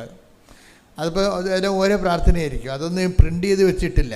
അങ്ങനെ പ്രിൻ്റ് ചെയ്ത് ആൾക്കാർക്ക് കൊടുക്കുന്ന പ്രാർത്ഥന അല്ലത്. അൾത്താരയിൽ അഭിഷേക വിധി പ്രകാരം ആ വ്യക്തികൾക്ക് ഉണ്ടാകുന്ന പ്രത്യേക വിഷയത്തിന് വേണ്ടി ദൈവം നൽകുന്ന പ്രത്യേക പ്രാർത്ഥന. പക്ഷേ അത് ഇവർക്ക് അഭിഷേകമായി. ഈ നിഷരാജ എന്ന് പറഞ്ഞ ലേഡിക്ക് 20 വർഷത്തെ ഈ പ്രസവയാത്ര, ഗർഭം ഒരു കുഞ്ഞിന് വേണ്ടിയുള്ള ഈ രക്തസാക്ഷിത്വ യാത്രയിൽ അവസാനം കിട്ടിയ ഈ പ്രാർത്ഥന അവർക്ക് അഭിഷേകമായി. അറിവാണ് നമുക്കെല്ലാവരും കിട്ടുന്നത്. അത് അഭിഷേക വിധിയിലേക്ക് ചെല്ലുമ്പോൾ ആന്തരിക ബോധ്യം കിട്ടും. അറിവിന് ഭൗതിക ബോധ്യമേ കിട്ടത്തുള്ളൂ. അഭിഷേകത്തിന് ആന്തരിക ബോധ്യം കിട്ടും. അപ്പം നിഷാരാജയ്ക്ക് 39 കൊല്ലത്തെ പൗരോഹിത്യത്തിൻ്റെ യോഗ്യതയാൽ കൃപാസ്ഥാനത്താരെ ജീവനോടെ പ്രത്യക്ഷപ്പെട്ട പരിശുദ്ധമ്മയുടെ പ്രത്യക്ഷഗണത്തെ സ്ഥിരീകരണത്തിനായി നിൻ്റെ രക്തത്തിൽ പറയുന്ന കുഞ്ഞുമായി അൾത്താരെ കയറാൻ കർത്താവ് നിന്നെ അനുഗ്രഹിക്കട്ടെ എന്ന് പറഞ്ഞ് പുരോഹിത വിധി പ്രകാരമുള്ള പ്രാർത്ഥനയിൽ ഇവക്ക് അഭിഷേകമായി. അവളെന്ത് ചെയ്യുന്നറിയാവോ? ഇനി നോക്കണ്ട, ഇനി കുഞ്ഞിനെ കിട്ടിയത് തന്നെ. അമ്മ ഈ ആൾത്താരെ നിനക്ക് കുഞ്ഞിനെ തന്നു കഴിഞ്ഞു എന്നും പറഞ്ഞ് കുഞ്ഞിനെ ജ്ഞാനസ്ഥാനപ്പെടുത്താനുള്ള തിരിയും മേടിച്ചുകൊണ്ടാണ് ഇവൾ ഇവിടുന്ന് പോണത്. എറണാകുളത്ത് പോയി ജ്ഞാനസ്ഥാനത്തിന് സെറ്റുണ്ടല്ലോ, അതാണ് ആ വിശ്വാസത്തിൻ്റെ രീതി എന്ന് പറയുന്നത്. ഇത് അഭിഷേകമായി കഴിയുമ്പോൾ എറണാകുളത്ത് നിന്ന് ഇവിടെ വണ്ടി പിന്നെ ഗുജറാത്തിലേക്ക് പോണത് ജ്ഞാനസ്ഥാനത്തിൻ്റെ തിരിയും മേടിച്ചുകൊണ്ടാണ് പോണത്. കുഞ്ഞിനെ കിട്ടിക്കഴിഞ്ഞെന്ന് അവൾ ബോധ്യപ്പെട്ട് ഈ ജ്ഞാനസ്ഥാനത്തിൻ്റെ തിരി അതിനകത്ത് ഹൈലൈറ്റ് അതാണ്. ഇപ്പോൾ മഴ വരാൻ വേണ്ടിയല്ല, അങ്ങനെ ഒരു സംഭവമില്ല. മഴ വരാൻ വേണ്ടി എല്ലാവരും കൂടി പ്രാർത്ഥിച്ചു. ഒരു 5 വയസ്സുള്ള കുഞ്ഞ് കുടയും കൊണ്ടുപോയെന്ന്. എന്താ മറ്റു മഴ വരാൻ വേണ്ടി എല്ലാവരും പ്രാർത്ഥിച്ചതാണ്. പക്ഷെ മഴ വരുമോ ഇല്ലയെന്ന് ആർക്കും അറിയത്തില്ല. പക്ഷെ കൊച്ചിന് മനസ്സിലായി നമ്മൾ പ്രാർത്ഥിച്ചത് മഴ വരാനല്ലേ, അപ്പം മഴ വരുമല്ല, അപ്പം കുട വേണ്ടേ. അതുപോലെയാണ് ഇവർ ചെയ്തിരിക്കുന്നത്. എന്താണ് ചെയ്തിരിക്കുന്നത്? നിൻ്റെ രക്തത്തിൽ പറഞ്ഞ കുഞ്ഞുമായി അൾത്താരെ കയറാൻ കർത്താവ് നിന്നെ അനുഗ്രഹിക്കട്ടെ എന്നാണ് പറയുന്നത്. അപ്പം ആ ഒരൊറ്റ പ്രാർത്ഥനയ്ക്ക് ഇവർക്ക് അഭിഷേകമായി. അവരെന്ത് ചെയ്ത് ജ്ഞാനസ്ഥാനത്തിൻ്റെ തിരിയും മേടിച്ചുകൊണ്ട് പള്ളി കുഞ്ഞിനെയും കൊണ്ട് പോകുമ്പോൾ നമ്മൾ ഉപയോഗിക്കുന്ന ഈ പൂക്കൾ ചുറ്റിയ തിരിയില്ലേ, നീണ്ടത്തില്ല, അത്രയും വലിയ തിരി, ജ്ഞാനസ്ഥാനത്തിരി, അതും മേടിച്ചുകൊണ്ട് ഇവർ പോയി. അതുപോലെ തന്നെ അവരാഴ്ച പ്രഗ്നൻ്റായി. പക്ഷെ ഇവർ അറിഞ്ഞില്ല. ഇവർ തിരിച്ച് റാലിക്ക് വന്ന്. റാലിക്ക് വരാൻ കാരണം ഇവർ പോയി കഴിഞ്ഞ് ഇവർക്ക് ഒരു ദിവസം രാത്രി ഈ നിഷാരാജയ്ക്ക് ഒരു സ്വപ്നം ഉണ്ടായി. സ്വപ്നം ഉണ്ടായെന്ന് വെച്ചാൽ ഒരു മാതാവ് എല്ലാവർക്കും മക്കളെ കൊടുത്തുകൊണ്ടിരിക്കുകയാണ്. അപ്പോൾ ഒരു ചോരക്കുഞ്ഞിനെടുത്ത് ഇവളുടെ കയ്യിൽ കൊടുത്ത്. അപ്പോൾ അവൾ പറയണത് അത് കൃപാസനം മാതാവല്ല തന്നതെന്നാണ് പറയണത്. കൃപാസനം മാതാവിൻ്റെ ലക്ഷണമൊക്കെയാണ്, പക്ഷെ ഇത്രയും ചെറുപ്പമല്ല. ഒരു പ്രായമുള്ള കൃപാസനം മാതാവാണ് എനിക്ക് ചോരക്കുഞ്ഞിനെ തന്നത്. അപ്പം അതിൻ്റെ അകത്ത് മാത്രമേ സ്പെല്ലിങ് മിസ്റ്റേക്ക് ഉള്ളൂ, ബാക്കിയെല്ലാം ഓക്കെയാണ്. കൃപാസനം മാതാവ് ഡ്രസ്സുണ്ട്, എല്ലാ കാര്യം ശരിയാണ്. എനിക്ക് കുഞ്ഞിനെ തന്ന കൃപാസനം മാതാവാണ്. പക്ഷേ ഈ കൃപാസനം മാതാവല്ല, അതിത്തിരി പ്രായമുള്ള കൃപാസനം മാതാവ്. ഇത് ഏത് കൃപാസനം മാതാവാണെന്ന് അറിയാൻ പാടില്ലെന്ന് പറഞ്ഞു. ഇവളെ അതിനുശേഷം തിരിച്ച് റാലിക്ക് വന്ന്, ഇപ്പോൾ നമ്മൾ റാലി തുടങ്ങാൻ പോവുകയാണല്ലേ ദിവസം. അപ്പോൾ റാലിക്ക് വന്നപ്പോൾ ഇവൾ പ്രഗ്നൻ്റ് ആണ്, ഇവൾക്ക് അറിയത്തില്ലായിരുന്നു. റാലിക്ക് എഴുന്നള്ളിക്കണ കൃപാസനം മാതാവുണ്ട്. അത് നോക്കിയപ്പോൾ ഇവിടെ കണ്ണ് നിറഞ്ഞു പോയി. എന്താ കാര്യം? ഈ മാതാവാണ് എനിക്ക് സ്വപ്നത്തിൽ പ്രത്യക്ഷപ്പെട്ടത്. സ്ഥിരീകരണമാണത്, സംഭവം സ്ഥിരീകരണമാണ്. അപ്പോൾ ഒരു കുഴപ്പവുമില്ല. ഇടയ്ക്കൊരു ചെറിയൊരു ആ കുഞ്ഞിനൊരു കുഴപ്പമുണ്ടായി. അപ്പോൾ ഭർത്താവ് 100 ദിവസം ഉപവാസം പ്രഖ്യാപിച്ചു. ഇടയ്ക്ക് എന്താ കുഞ്ഞിന് ഒരു ചെറിയ അവർക്ക് ബ്ലീഡിങ് ഉണ്ടായി. അതായത് കുഞ്ഞിൻ്റെ 7-ാം മാസം കുഞ്ഞിൻ്റെ ലങ്സ് ഉറക്കാൻ വേണ്ടി ഒരു ഇഞ്ചക്ഷൻ ഉണ്ടല്ലോ, അത് തള്ളക്ക് ആ ഇഞ്ചക്ഷൻ എടുത്തപ്പോൾ അവർക്ക് ബ്ലീഡിങ് ഉണ്ടായി. അപ്പോൾ ഭർത്താവ് 100 ദിവസത്തെ ഉപവാസം പ്രഖ്യാപിച്ചു. അപ്പോൾ ആ കുഞ്ഞ് ജനിച്ചു കഴിഞ്ഞു, അയാൾ ഉപവാസത്തിലായിരുന്നു. അതാണ്. അപ്പം ഇങ്ങനെയാണ് നിങ്ങളെന്താ ഓരോരുത്തരുമേ ദൈവത്തിൻ്റെ സന്നിധിയിൽ ദൈവത്തെ സീരിയസ് ആയിട്ട് കണ്ടിട്ടാണ് ഇങ്ങനെ ആൾക്കാർ ജീവിക്കുന്നത്. അല്ല വല്ലതും കൊണ്ട് വല്ലതൊക്കെ കാണിച്ച് വെച്ച് ഉടമ്പടി നിങ്ങൾ ഉഴപ്പരുത്. ശരിക്കും ഈ ഉടമ്പടി എടുക്കുന്ന ആൾക്കാരുടെ ജീവിത രീതികൾ നീ നോക്കണം. അപ്പോൾ ഭാര്യയ്ക്ക് ബ്ലീഡിങ് ആണെന്ന് കണ്ടപ്പോൾ ഭർത്താവ് 100 ദിവസത്തെ ഉപവാസം പ്രഖ്യാപിക്കുകയാണ്, ഒരു നേരം ഉപവാസം. അപ്പോൾ എന്താ പ്രശ്നം വെച്ചാൽ ദൈവത്തിന് തോന്നുന്നു നമ്മൾ സീരിയസ് ആണെന്ന്.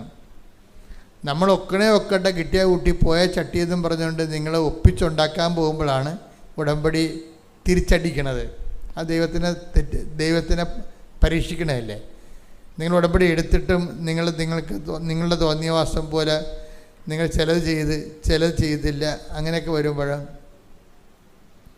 അതിൻ്റെ അത് ചിലത് ചെയ്തില്ലെന്ന് പറഞ്ഞാൽ നടക്കുന്നത് ഉടമ്പടി വർക്കൗട്ട് ചെയ്യത്തില്ല. ഇപ്പോൾ ഒരെണ്ണം ചെയ്തില്ലെങ്കിൽ എല്ലാം ചെയ്യാത്തതുപോലെ വരും. ഞാൻ പറഞ്ഞില്ലേ, അതായത് ഇപ്പോൾ നിങ്ങൾ റീഡിങ്ങിന് പോയെന്ന് പറഞ്ഞു കഴിഞ്ഞാൽ റീഡിങ്ങിന് മൊത്തം IELTS തോറ്റ പോലെയായി. IELTS പരീക്ഷയ്ക്ക് നിങ്ങൾക്ക് റീഡിങ്ങിന് നിങ്ങൾ തോറ്റു, ബാക്കി സ്പീക്കിംഗ് കുഴപ്പമില്ല എന്ന് പറഞ്ഞു കഴിഞ്ഞാൽ നിങ്ങൾ തോറ്റതുപോലെയായി. അതുകൊണ്ട് നിങ്ങൾക്ക് കയറിപ്പോകാനൊന്നും പറ്റത്തില്ല. അതുപോലെ തന്നെ ഉടമ്പടിയിൽ കുറേ കാര്യങ്ങളുണ്ട്. അതിൽ കുറച്ച് ചെയ്ത് നിങ്ങൾക്ക് സൗകര്യപ്പെടുന്നത് ചെയ്ത് സൗകര്യപ്പെടാത്ത ചെയ്യാതെ ഇരിക്കുമ്പോൾ അത് മാറ്റി വയ്ക്കുമ്പോൾ ഇത് മൊത്തം ചെയ്യാത്തതുപോലെ. കാര്യം നിങ്ങൾക്ക് സൗകര്യപ്പെടുന്നത് ചെയ്യാൻ വേണ്ടിയല്ല ഉടമ്പടി എടുക്കുന്നത്. നിങ്ങളെപ്പോഴും ചിന്തിക്കേണ്ട ഒരു കാര്യം, ഇത് ലക്ഷക്കണക്കിന് മനുഷ്യർ പരീക്ഷിച്ച് വിജയിച്ച ഒരു ദൈവിക പദ്ധതിയാണ്. അതിലേക്ക് വരുമ്പോൾ നിങ്ങൾക്ക് ചിലപ്പോൾ ആദ്യകാലങ്ങളൊക്കെ ചിലപ്പോൾ ഉടമ്പടി അത്രയും അറിവില്ലാത്തത് കൊണ്ട് തെറ്റിപ്പോകാം. അതുകൊണ്ട് ഞാൻ എപ്പോഴും നിങ്ങളെ തിരുത്തുമ്പോൾ നിങ്ങൾ ഉടനെ അത് തിരുത്തി അതൊരു ഉടമ്പടി ഒരു വികാരമാക്കി മാറ്റണം. അപ്പോൾ അങ്ങനെ വരുമ്പോൾ ദൈവത്തിന് മനസ്സിലാകും വേറെ ഒരു പ്രശ്നവും ഉടമ്പടിയിലില്ല. നിങ്ങൾ ഉടമ്പടി സീരിയസ് ആണെന്ന് ദൈവത്തിന് ഒന്ന് മനസ്സിലായാൽ മതി. അതാണ് പ്രശ്നം. എന്തുകൊണ്ടാണ് ഉടമ്പടി നിങ്ങൾക്ക് ചിലർക്ക് ഫലിക്കാത്തതെന്ന് ചോദിച്ചു കഴിഞ്ഞാൽ, നിങ്ങളുടെ ഉടമ്പടി ചെയ്വനകൾ ദൈവത്തിന് നിങ്ങൾ സീരിയസ് ആണെന്ന് മനസ്സിലായിട്ടില്ല. കാര്യം അത് നിങ്ങൾക്ക് തന്നെ മനസ്സിലായിട്ടില്ല. അതാണ് കുഴപ്പം. അത് സീരിയസ് ആയിട്ടാണ് ചെയ്യണമെന്നുള്ളത് നിങ്ങൾക്ക് തന്നെ മനസ്സിലായില്ല. ഇപ്പോൾ വാഴ നനയുമ്പോൾ ചീര നനയാമെന്നും പറഞ്ഞുകൊണ്ട് നിങ്ങൾ അങ്ങോട്ടും ഇങ്ങോട്ടും പകുതി മകൾ അമ്മ ചെയ്ത് അങ്ങനെ അങ്ങോട്ടും ഇങ്ങോട്ടും നിങ്ങളുടെ സൗകര്യത്തിനനുസരിച്ച് വിഭജിക്കാനൊന്നും പറ്റത്തില്ല. ഉടമ്പടി പേഴ്സണാണ് എടുക്കുന്നത്, വ്യക്തിയല്ല എടുക്കുന്നത്. അപ്പോൾ ആ വ്യക്തിക്കാണ് പൂർണ്ണ ഉത്തരവാദിത്വം. ആരാണ് ഉടമ്പടി എടുക്കുന്നത് ആ വ്യക്തിക്കാണ് ദൈവത്തോട് പൂർണ്ണ ഉത്തരവാദിത്വം ഉള്ളത്. അപ്പം അതുകൊണ്ട് തന്നെ ചെറുക്ക് ഉടമ്പടി എടുത്തു കഴിയുമ്പോൾ ഭയങ്കര സന്തോഷമാണ്. എന്താ കാര്യം? ഉറപ്പായ ഒരു കാര്യത്തിന് ദൈവമായിട്ട് ഒരു ഉടമ്പടിയിലായിരിക്കുന്നു എന്നുള്ളതല്ലേ എൻ്റെ ഏറ്റവും വലിയ കാര്യമെന്ന് പറയണത്. ഇപ്പം ഇത് മനുഷ്യനാണെങ്കിൽ ദൈവത്തോട്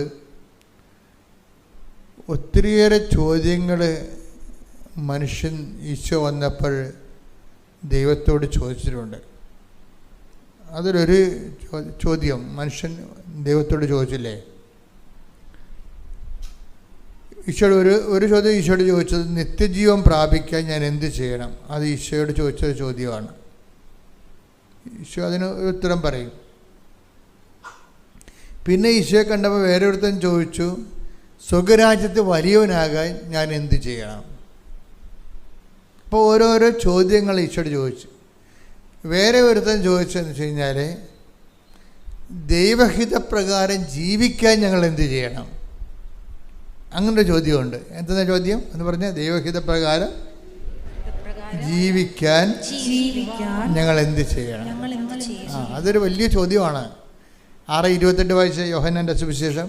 യോഹന്നാൻ 6:28. അപ്പോൾ അവർ ചോദിച്ചു, ദൈവഹിതമനുസരിച്ച് പ്രവർത്തിക്കുന്നവരാകാൻ ഞങ്ങൾ എന്ത് ചെയ്യണം? ആ ചോദ്യം കേട്ടില്ലേ? എന്ന് പറഞ്ഞ ദൈവഹിതമനുസരിച്ച് പ്രവർത്തിക്കുന്നവരാകാൻ, അല്ലാതെ പ്രാർത്ഥിക്കുന്നവരല്ല. മനസ്സിലായില്ലേ? പ്രാർത്ഥിക്കുന്നവരല്ല. പിന്നെ ആരാണ്? ദൈവഹിത 6:28 എന്ന് പറഞ്ഞ ദൈവഹിതമനുസരിച്ച് പ്രവർത്തിക്കുന്നവരാകാൻ ഞങ്ങൾ എന്ത് ചെയ്യണം? എന്ത് ചെയ്യണം? അപ്പോൾ ഈശോ ഒരു ഉത്തരം അതിന് പറയും. എന്താണ് ദൈവഹിത പ്രകാരമുള്ള പ്രവൃത്തി? വായിച്ചത്. യേശു മറുപടി പറഞ്ഞു. പറഞ്ഞ യേശു മറുപടി പറഞ്ഞു. ഇതാണ് ദൈവഹിതമനുസരിച്ചുള്ള പ്രവൃത്തി. അവിടുന്ന് അയച്ചവനിൽ വിശ്വസിക്കുക.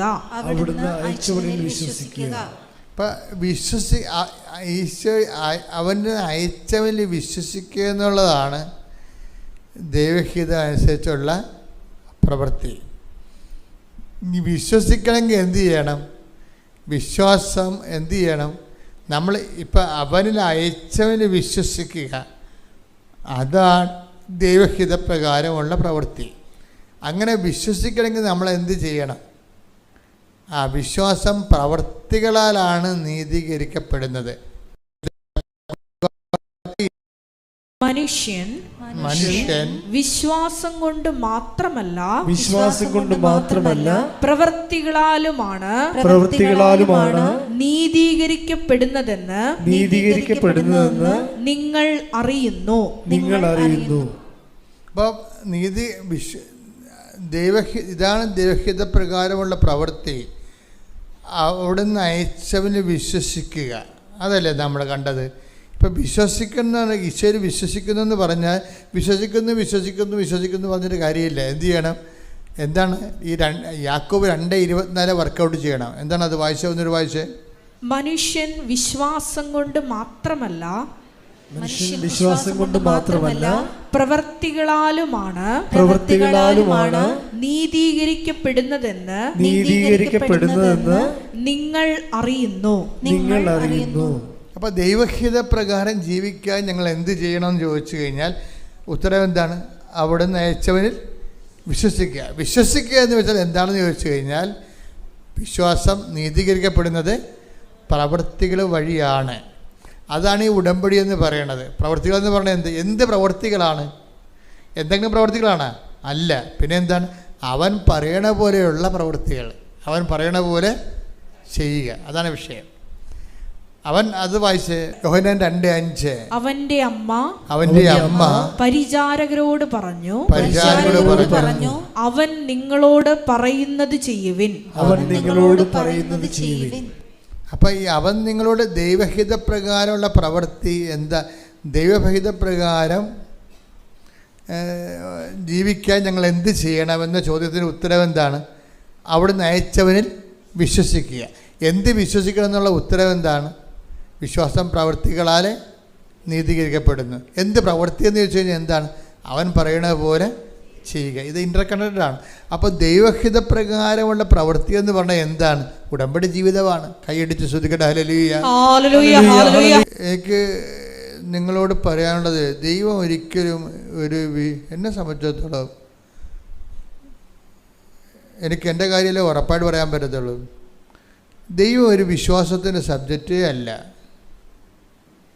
ദൈവം ഒരു വിശ്വാസത്തിൻ്റെ സബ്ജക്റ്റ് ആകുന്നത് ആധ്യാത്മികതയുടെ ആദ്യ തലങ്ങളിൽ മാത്രമാണ്. പിന്നീട് നമ്മൾ വിശ്വസിക്കുകയല്ല, നമ്മൾ കാണുകയാണ്. ഉടമ്പടിയിൽ എന്നൊക്കെ പറയണത് ഇപ്പം തന്നെ ആ ചേച്ചിയുടെ അവർക്ക് ഈ അറിവ് അഭിഷേകമായിട്ട് മാറും. അതുകൊണ്ടാണ് ഞാൻ അവരെ ആശീർവദിക്കുമ്പോൾ അവർ ജ്ഞാനസാരത്തിരിയും മേടിച്ചുകൊണ്ട് പോകണം. ഇനി ഉറപ്പായെന്നും പറഞ്ഞ് പോകണെന്താണ്? ഉറപ്പ് അത് അറിവിനങ്ങനെ ഒരു ഗുണമുണ്ട്. നിങ്ങളെപ്പോഴും നമ്മൾ ശ്രദ്ധിക്കേണ്ട. ഈ ഉടമ്പടി ഞാൻ 5 പുതുക്കി 15 പുതുക്കി എന്നൊക്കെ പറഞ്ഞ് നിങ്ങൾ എന്നെ ഭീഷണിപ്പെടുത്തുകയല്ല ചെയ്യേണ്ടത്. നിങ്ങൾ അറിവിൻ്റെ തലത്ത് നിന്ന് അഭിഷേകത്തിലേക്ക് മാറിയാൻ നോക്കണം. ആധ്യാത്മികത എന്ന് പറഞ്ഞാൽ നല്ല രസമാണ്. ആധ്യാത്മികത എന്ന് പറഞ്ഞത് നല്ല ഡെപ്തുള്ള വിഷയമാണ്. അറിവ് കുറേ നാളായില്ലേ നിങ്ങൾ അതിൻ്റെ അകത്ത് ജീവിക്കുന്നവരില്ലേ? അപ്പം അങ്ങനെ അതിൻ്റെ ആനുപാതികമായ വളർച്ച ഉണ്ടാകണം. നിങ്ങൾക്ക് ചുറ്റും തീയുണ്ടാകും, പുകയുണ്ടാകും, നിങ്ങളുടെ മക്കൾ തോന്നിവാസികളാകും, അല്ലെങ്കിൽ നിങ്ങളുടെ വീട്ടിൽ ഭർത്താവ് വെള്ളമടിക്കാരനാകും, അല്ലെങ്കിൽ ഭാര്യ നിങ്ങളുടെ ആധ്യാത്മികം അംഗീകരിക്കാത്ത ആളാകും. വീട്ടിൽ മക്കളാരും നിങ്ങളുടെ പ്രാർത്ഥന കേൾക്കുമ്പോൾ തന്നെ ചിരി വരും, അവർക്ക് നിങ്ങളെ ആക്ഷേപിക്കും. അങ്ങനെ പല കാര്യങ്ങളും വീട്ടിൽ നടക്കും. നിങ്ങൾ തീയിലൂടെ നടക്കുമെന്ന് ഈശോ പറഞ്ഞല്ല, അത് തീയാണ്. പക്ഷെ എന്താണ് സംഭവിക്കുന്നത്? തീ നിങ്ങളെ പൊള്ളിക്കുകയില്ല. അതാണ് അഭിഷേകം എന്ന് പറയുന്നത്. എടുത്തത് വചനം എടുത്ത് യെശയ്യാ 43:2. സമുദ്രത്തിലൂടെ കടന്നു പോകുമ്പോൾ സമുദ്രത്തിലൂടെ കടന്നു പോകുമ്പോൾ ഞാൻ നിന്നോട് കൂടെ ഉണ്ടായിരിക്കും. നദികൾ കടക്കുമ്പോൾ അത് നിന്നെ മുക്കിക്കളയുകയില്ല. അഗ്നിയിലൂടെ നടന്നാലും നിനക്ക് പൊള്ളലേൽക്കുകയില്ല. നടക്കത്തില്ലെന്നല്ല സംഭവം, നടക്കും. ഞാനും നടക്കും, നിങ്ങളും നടക്കും. കർത്താവും നടന്നതാണ്, അമ്മയും നടന്നതാണ്. ഇവരെല്ലാം അഗ്നിശോധന കഴിഞ്ഞ ആൾക്കാരാണ്. അഗ്നിശോധന എന്തിനാണ് വെച്ചിരിക്കുന്നത്? അഗ്നിശോധനയെ അതിലംഘിക്കാൻ വേണ്ടി വെച്ചിരിക്കുകയാണ്. അഗ്നിശോധനയുണ്ട്. നിങ്ങളും നടക്കും, ഞാനും നടക്കും. അമ്മ അഗ്നിയിലൂടെ നടന്നതാണ്, കർത്താവ് അഗ്നിയിലൂടെ നടന്നതാണ്. പക്ഷെ എന്താ പറഞ്ഞത്? നമുക്ക് തന്നിരിക്കുന്ന വാഗ്ദാനം എന്താണ്? അഗ്നിയിലൂടെ നടക്കും, അഗ്നി നിന്നെ വിഴുങ്ങുകയില്ല. അതാണ് അഭിഷേകം എന്ന് പറയണത്. അതിനാണ് ഇപ്പം നടക്കണ. എന്തിനാണ് ഈ അഗ്നിയിലൂടെ നമ്മളെ നടത്തിക്കണ? എന്തിനാണ്? നമ്മളെ പൊള്ളിക്കാനാണ്. എന്നിട്ട് കന്നേ കാളയെന്ന് പറഞ്ഞ് കാറി കൂവി നടക്കാൻ വേണ്ടിയാണ്? അല്ല. 1 Petrus 1:7.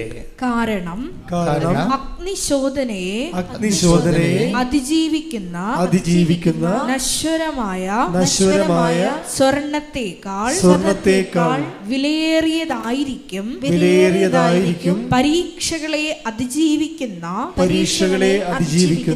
നിങ്ങളുടെ വിശ്വാസം. ഇപ്പം വിശ്വാസത്തിനെ അതിജീവിത വിശ്വാസമുണ്ട്, കേവല വിശ്വാസമുണ്ട്. കേവല വിശ്വാസത്തേക്കുള്ള അപ്ഗ്രേഡ് ചെയ്യാൻ വേണ്ടി നിങ്ങളുടെ വിശ്വാസത്തെ അതിജീവിത വിശ്വാസം ആക്കി മാറ്റാൻ survived faith, that is fidelity, persevering faith എന്നൊക്കെ പറയും.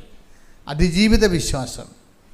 നിങ്ങളുടെ വിശ്വാസത്തെ അത് ടെസ്റ്റഡ് ഫെയ്ത്ത്, അതിൻ്റെ ഷുവർട്ടിയാണ്, എക്സലൻസിയാണ് അതിനകത്ത് വരുന്നത്. ഇപ്പം നിങ്ങൾ കടയിൽ നിന്ന് ചില ഇലക്ട്രോണിക്സ് ഉൽപ്പന്നം മേടിക്കുമ്പോൾ അതിലുണ്ടാകും എന്താണ്? ടെസ്റ്റഡ്. ഇത് ഞങ്ങൾ ടെസ്റ്റ് ചെയ്ത് നോക്കിയതാണെന്ന്. അത് നമ്മുടെ വിശ്വാസം ടെസ്റ്റഡ് ആണെങ്കിൽ നമുക്കത് നല്ല ആസ്തിഭദ്രത വർദ്ധിപ്പിക്കും.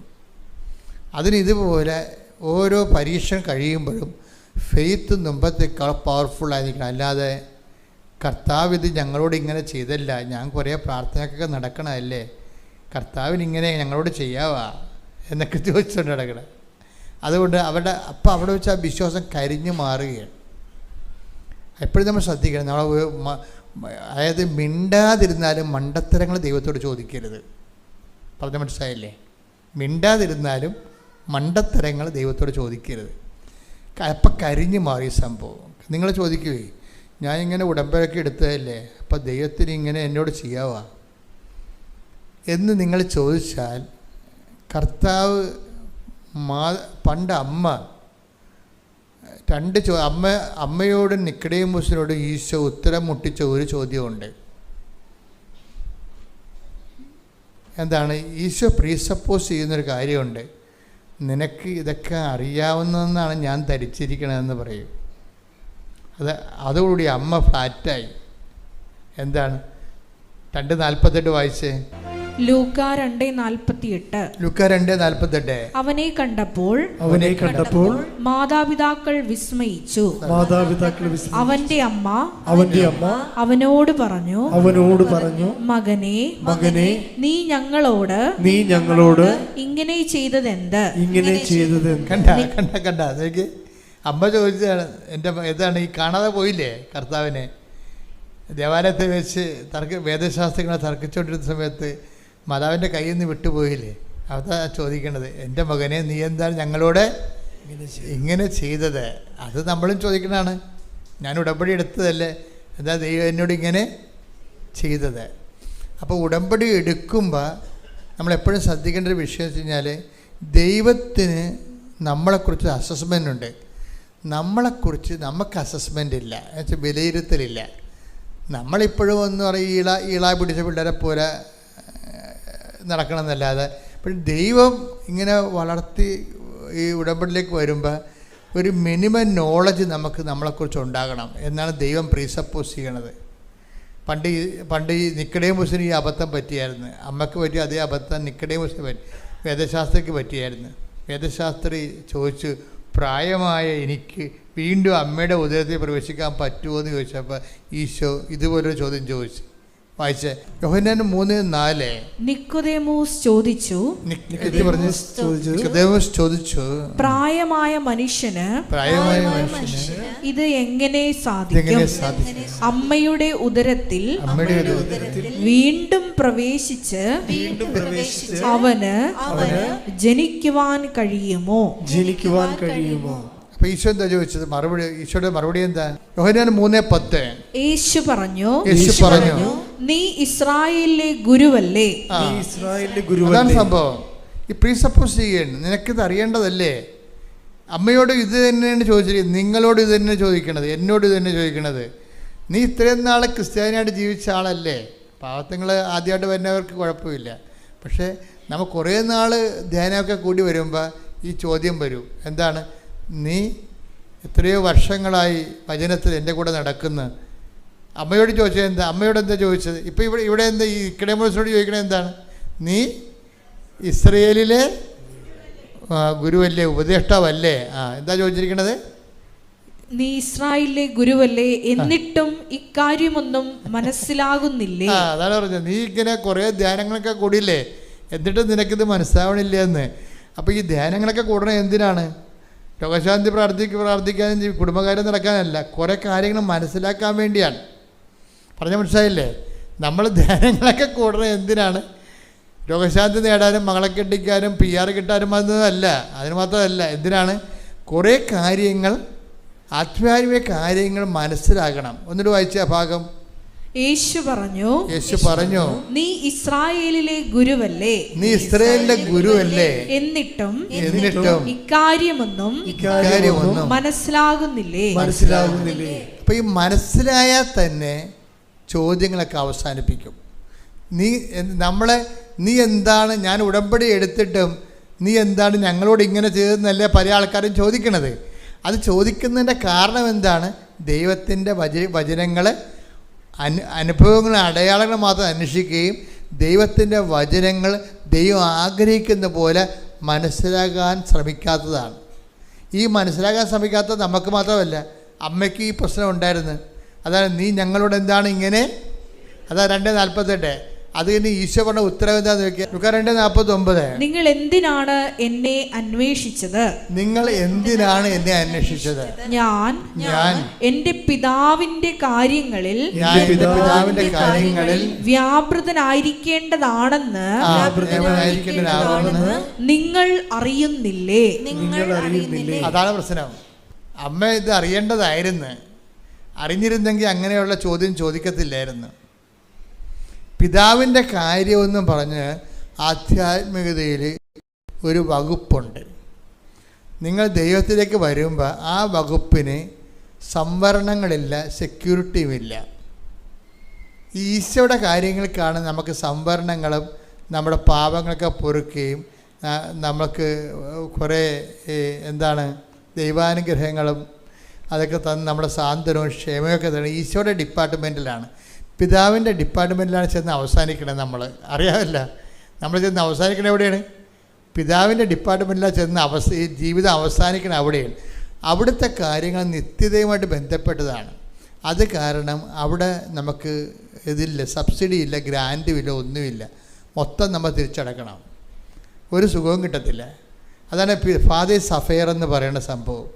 അതിൻ്റെ അകത്ത് ഈശോയ്ക്കും രക്ഷപ്പെട്ടില്ല. ഈശോയും ആ പിതാവിൻ്റെ കാര്യം വന്നപ്പോൾ, അവസാനം വന്നപ്പോൾ അവിടെ ഭയങ്കര പേയ്മെൻ്റായി കഴിഞ്ഞപ്പോൾ ഈശോക്ക് അടക്കാൻ പറ്റാത്ത രീതിയിലുള്ള പേയ്മെൻറ്റ് വന്നവിടെ. ഇപ്പോൾ ഓരോരുത്തർക്കും അവരവരുടെ തോതനുസരിച്ച്, കഴിവനുസരിച്ചാണ് ഈ പ്രലോഭനം ഉണ്ടാകുന്നത്. അതുകൊണ്ടാണ് ഈശോ അവസാനിക്കുന്നത്, പിതാവേ അങ്ങനെ ഉപേക്ഷിച്ചത്. അതാണ് പിതാവിൻ്റെ കാര്യമാണത്. അപ്പം അവിടെ നമുക്ക് സബ്സിഡി ഇല്ല, ഗ്രാൻറ്റും ഇല്ല, ഒന്നുമില്ല. അത് നമ്മൾ പേയ്മെൻറ്റായിട്ട് കൊടുക്കണം. അതാണ് ഇതിൻ്റെ അകത്ത് വിശ്വാസം വരുന്ന പേയ്മെൻറ്റ് എന്ന് പറയുന്നത് അവിടെയാണ്. അതാണ് പിതാവിൻ്റെ കാര്യമെന്ന് പറയുമ്പോൾ നമ്മൾ അങ്ങോട്ട് കൊടുക്കണമല്ലാതെ ഇങ്ങോട്ടൊന്നും ക്യാഷ് ആൻഡ് കൈൻഡായിട്ട് ഒന്നും പ്രതീക്ഷിക്കണ്ട. ഇപ്പം നമ്മൾ പിതാവിൻ്റെ കാര്യത്തിൽ ഇപ്പോൾ 100 ജപമാല ചൊല്ലിയാലും 100 ജപമാലയ്ക്ക് നമ്മൾക്ക് റിട്ടേൺസ് ഒന്നുമില്ല, പലിശ പോലും അടയാൻ പറ്റത്തില്ല. ഇപ്പോൾ നമ്മൾ പറഞ്ഞില്ലേ, ഞങ്ങളെപ്പോഴും ബാങ്കിൽ കൊണ്ട് അടക്കുന്നുണ്ട്, പക്ഷെ അവരെല്ലാം അത് പലിശക്കാണ് പോകണമെന്നില്ലേ. അപ്പോൾ പലിശക്കെങ്കിലും പോകണ്ടല്ലോ. അത് ഇത് പിതാവിൻ്റെ കാര്യത്തിൽ പലിശക്ക് പോലും പോകത്തില്ല. എന്താ കാര്യം? നമുക്ക് തരുന്ന നിത്യതയാണ്. നിത്യത നമുക്ക് വില കൊടുത്ത് മേടിക്കാൻ പറ്റത്തില്ല. അപ്പം കിട്ടണതെല്ലാം അതിലേക്ക് ഫണ്ട് ചെയ്യുകയും. അതാണ് പിതാവിൻ്റെ കാര്യം എന്ന് പറഞ്ഞാൽ എന്താണ്? നിത്യതയുമായിട്ട് ബന്ധപ്പെട്ട കാര്യങ്ങളാണ്. നിത്യത എന്ന് പറയുന്നത് യേശുക്രിസ്തുവിന്റെ വിശുദ്ധമായ രക്തത്താൽ വീണ്ടെടുത്ത കാരണം ദൈവം അതിൻ്റെ വില കൊടുത്തതാണ്. നിങ്ങൾക്ക് ഒരു വസ്തുവിന് 1,00,000 രൂപ വിലയുണ്ട്. നമ്മുടെ കയ്യിൽ എത്ര രൂപയുണ്ട് നിങ്ങളുടെ കയ്യിൽ? അപ്പോൾ നമ്മുടെ കയ്യിൽ 1,00,000 രൂപ വിലയുള്ള വസ്തുവിന് നമ്മുടെ കയ്യിൽ എന്തെങ്കിലും കുറഞ്ഞതൊരു 80,000 രൂപയെങ്കിലും വേണ്ടേ? 8 രൂപയാണ് ഉണ്ടെങ്കിൽ എന്തു ചെയ്യും? അതുപോലെ ഈ നിത്യതയ്ക്ക് വേണ്ടി നമുക്ക് എന്ത് കൊടുത്താലും നമുക്കത് റീഫണ്ടബിൾ അല്ല. അത് പലിശ പോലും അടയത്തില്ല. അതുകൊണ്ട് തന്നെ ചില പ്രാർത്ഥനകൾ, നിങ്ങൾ അറിയേണ്ട കാര്യങ്ങൾ അറിയണം. ചില പ്രാർത്ഥനകൾ നിത്യനിക്ഷേപത്തിലേക്കാണ് പോണത്.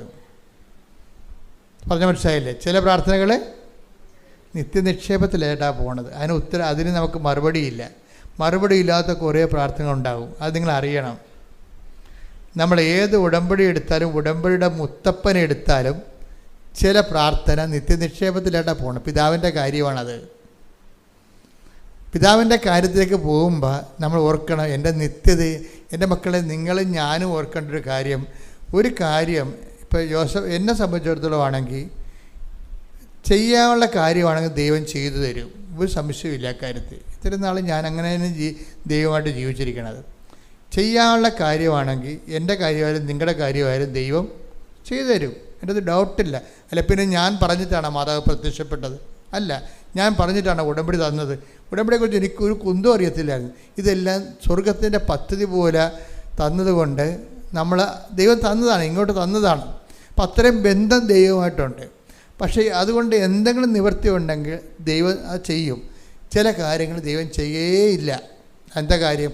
അത് നിത്യനിക്ഷേപത്തിലേക്ക് ആ ക്യാരി ഓവർ ചെയ്തിരിക്കണത്. അപ്പോൾ നമുക്കൊരു സന്തോഷം തോന്നണം. ചില കാര്യം നടക്കാതിരിക്കുമ്പോൾ നമുക്കൊരു സന്തോഷം തോന്നണം. എന്താ കാര്യം? നിത്യജീവന് വേണ്ടി എനിക്ക് രജിസ്റ്റർ ആയിട്ടുണ്ടെന്ന്. അതാണ് വിഷയം. ഭൂമി വെച്ച് തന്നെ നമുക്കറിയാൻ പറ്റും രജിസ്റ്റർ ആയിട്ടുണ്ടോ അതില്ലേ എന്ന്. മനസ്സിലായില്ലേ? ഭൂമി വെച്ച് തന്നെ നമുക്കറിയാൻ പറ്റും നിത്യതയിൽ നമ്മൾ പേര് രജിസ്റ്റർ ആയിട്ടുണ്ടാകുന്നു. എന്താ? രജിസ്റ്റർ ആയിട്ടുണ്ടെങ്കിൽ അതിലേക്കുള്ള ഡിവിഡൻഡ് പോയിക്കൊണ്ടേയിരിക്കും.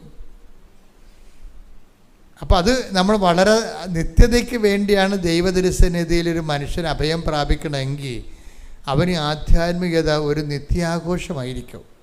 അല്ലാത്തവന് ആവലാതി മരണം വരെ ഇങ്ങനെ അത് തന്നില്ല ഇത് തന്നില്ല എന്ന് പറഞ്ഞ് ഇളയെ ഒഴുക്കി കുഞ്ഞുങ്ങളെപ്പോലെ നിലവിളിച്ചുകൊണ്ട് നടക്കും. എന്നിട്ട് എന്തിനാണ് ഞങ്ങളോട് ഇങ്ങനെ ചെയ്ത്, ഞാൻ പള്ളിയിൽ പോയില്ല, ഇനി ഒരു ദൈവത്തിനെയും വിളിക്കത്തില്ല എന്ന് പറഞ്ഞുകൊണ്ടിരിക്കും. എന്തെങ്കിലും വിഷയമുണ്ട്. ഞാൻ പറഞ്ഞു, നിങ്ങൾ ദൈവത്തെ ഒന്ന് വിളിക്കരുത്. ഇപ്പോൾ ഒരു ഭർത്താവ് മരിച്ച ഒരു പെങ്കൊച്ച് വന്ന് അമ്മ പറഞ്ഞ് അവളിപ്പോൾ പള്ളിയിൽ പോകണില്ല, അവിടെ ഭർത്താവ് മരിച്ചത്. ഞാൻ പറഞ്ഞു നല്ല കാര്യം, അവൾ പോകണ്ടെന്ന് പറഞ്ഞു. അവളെ പോയിട്ട് ദൈവത്തെ കഞ്ഞി വെക്കേണ്ട കാര്യമില്ല. ഈ ദൈവതിരുസന്നിധി വരുമ്പോൾ എല്ലാം ഇങ്ങനെ പറഞ്ഞ് മേടിക്കാമെന്ന് പറഞ്ഞാണ് നിങ്ങളെ വീട്ടിൽ നിന്ന് കൊട്ടയും പട്ടിയോടെ ഇറങ്ങിയിരിക്കുന്നത്. അങ്ങനെയല്ല, അങ്ങോട്ട് കൊടുക്കാൻ വേണ്ടി കൂടിയാണ്. എന്തിനാണ്? ഞാൻ മാതാവിനെ നേരെ കണ്ട ആളാണ്. നിത്യത എന്താണെന്ന് എനിക്കറിയാം. ആർക്ക് കൊടുത്ത് മുതലാക്കാൻ പറ്റും നിത്യതയ്ക്ക് വേണ്ടി? ആർക്ക്? പിന്നെ എന്നിട്ട് പോലും നിൻ്റെ പേര് അവിടെ എഴുതി വച്ചിരിക്കണമെന്നുണ്ടെങ്കിൽ ദൈവത്തോട് എന്തൊരു നന്ദി പറയണം. എൻ്റെ മക്കളെ, കേൾക്കാത്ത പ്രാർത്ഥനയ്ക്കാണ് നന്ദി പറയേണ്ടത്, കേട്ട പ്രാർത്ഥനയ്ക്കല്ല. കേൾക്കാത്ത പ്രാർത്ഥനയ്ക്ക് നന്ദി പറയുമ്പോഴാണ് നിൻ്റെ നിത്യതയെക്കുറിച്ച് നിനക്കൊരു റിയലൈസേഷൻ ഉണ്ടാകുന്നത്. ശ്രുതികട ഹല്ലേലൂയ, ഹല്ലേലൂയ, ഹല്ലേലൂയ, ഹല്ലേലൂയ, ഹല്ലേലൂയ. സ്വർഗീയ നിക്ഷേപമാണെന്നുള്ള വലിയ ആത്മജ്ഞാനം ഞങ്ങൾക്ക് നൽകണമേ. ഹല്ലേലൂയ, മഹത്വം, മഹത്വം. എൻ്റെ മക്കൾ നിത്യതയെ സ്നേഹിക്കാൻ തുടങ്ങിയാൽ പിന്നെ ജീവിതം ഈസിയാകും.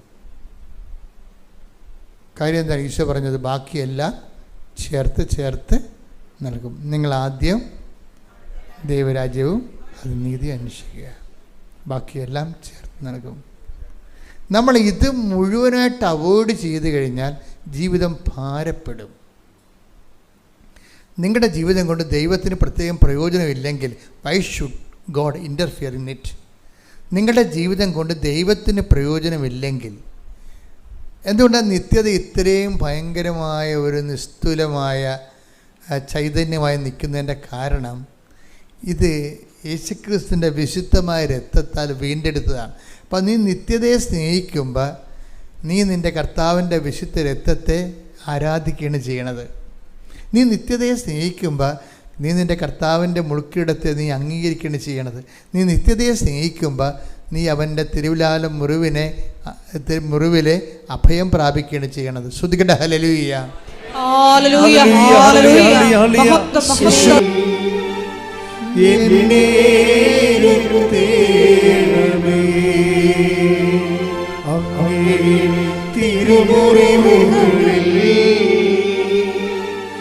എന്നെ മറക്കണമേ. ഇതുപോലെ തന്നെയാണ്. അപ്പം അച്ഛനിലൂടെ ഈശോ പറഞ്ഞു, എൻ്റെ ദൈവപൈതലെ, നിൻ്റെ പേര് നിത്യതയെ കർത്താവിൻ്റെ പുസ്തകത്തിൽ എഴുതിയിട്ടുണ്ടെങ്കിൽ നിനക്ക് ഭൂമി വെച്ചത് അറിയാൻ പറ്റും. എന്താണ്? നീ 10 പ്രാർത്ഥിച്ച് 2 പ്രാർത്ഥനയ്ക്ക് ഉത്തരം കിട്ടാതെ ഇരിക്കും. എത്ര പ്രാർത്ഥിച്ചാലും അതിന് ഉത്തരം കിട്ടത്തില്ല. അത് പിതാവിൻ്റെ അഫെയറാണത്, പിതാവിൻ്റെ കാര്യമാണത്, അല്ലേ? അത് നിത്യതയിൽ നിൻ്റെ പേര് അസൈൻ ചെയ്തിരിക്കുന്നതിൻ്റെ ഭൂമി കിട്ടിയിരിക്കുന്ന അടയാളമാണ്. കൈയടിച്ച് ശ്രുതികട്ടെ ഹല്ലേലൂയ. ഹല്ലേലൂയ ഹല്ലേലൂയ ഹല്ലേലൂയ. മഹത്വം മഹത്വം. യേശുവേ നന്ദി. യേശുവേ മഹത്വം. എന്റെ ജീവന്റെ ജീവനായി ശ്രദ്ധിപ്പുണ്ട്.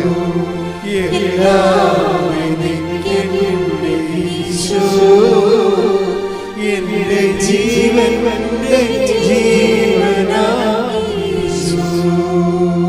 പരിശുദ്ധ പരമദിവ്യ. ഇതുപോലെ തന്നെ ഒരു വിഷയമാണ്, ദൈവം മഹത്വപ്പെട്ടെങ്കിൽ നമ്മൾക്ക് ഭൂമിയിൽ വെച്ച് അറിയാൻ പറ്റും.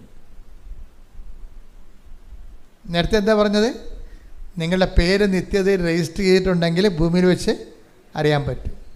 എന്താ കാര്യം? പിതാവിൻ്റെ അഫെയർ ഡിപ്പാർട്ട്മെൻറ്റ് കയറി വരുന്നുണ്ടെന്ന് നോക്കിയാൽ മതി. അതെന്താണ്? ഉത്തരം കിട്ടാത്ത പ്രാർത്ഥനകൾ. അത് നിത്യതയ്ക്ക് വേണ്ടി വകമാറ്റി ചിലവായിരിക്കുന്നു. അതിൻ്റെ ഇൻട്രസ്റ്റ് പോലും നമുക്ക് കിട്ടത്തില്ല. നമ്മൾ എത്ര പ്രാർത്ഥിച്ചാലും അത് തിരിച്ചടവ് പോലും ആകത്തില്ല. അപ്പം അങ്ങനെ നിത്യമായിട്ട് പിതാവിൻ്റെ തിരുസന്നിധിയിലേക്ക് അത് നിത്യനിക്ഷേപത്തിലേക്ക് പോവുകയാണ്.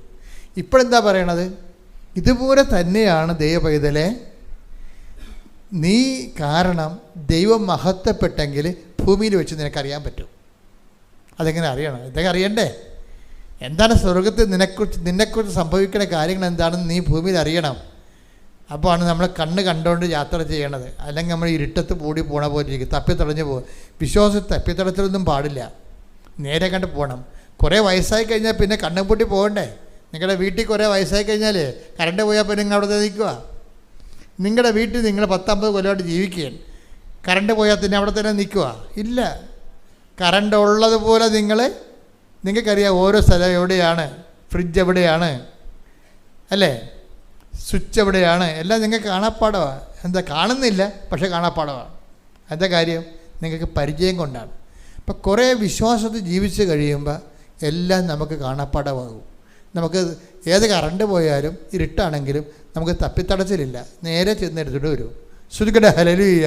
ഹല്ലേലൂയ ഹല്ലേലൂയ. യേശുവേ നന്ദി. ഹല്ലേലൂയ ഹല്ലേലൂയ ഹല്ലേലൂയ. മഹത്വം ദൈവപിതാവേ നന്ദി. ദൈവപിതാവേ മഹത്വം.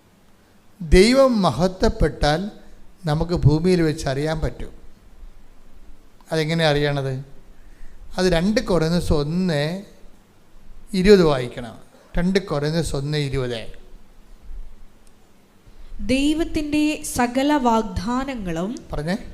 ദൈവത്തിന്റെ സകല വാഗ്ദാനങ്ങളും ക്രിസ്തുവിൽ അതേ എന്ന് തന്നെ. അതുകൊണ്ട് തന്നെയാണ് ദൈവമഹത്വത്തിന് അവൻ വഴി ഞങ്ങൾ ആമേൻ പറയുന്നത്.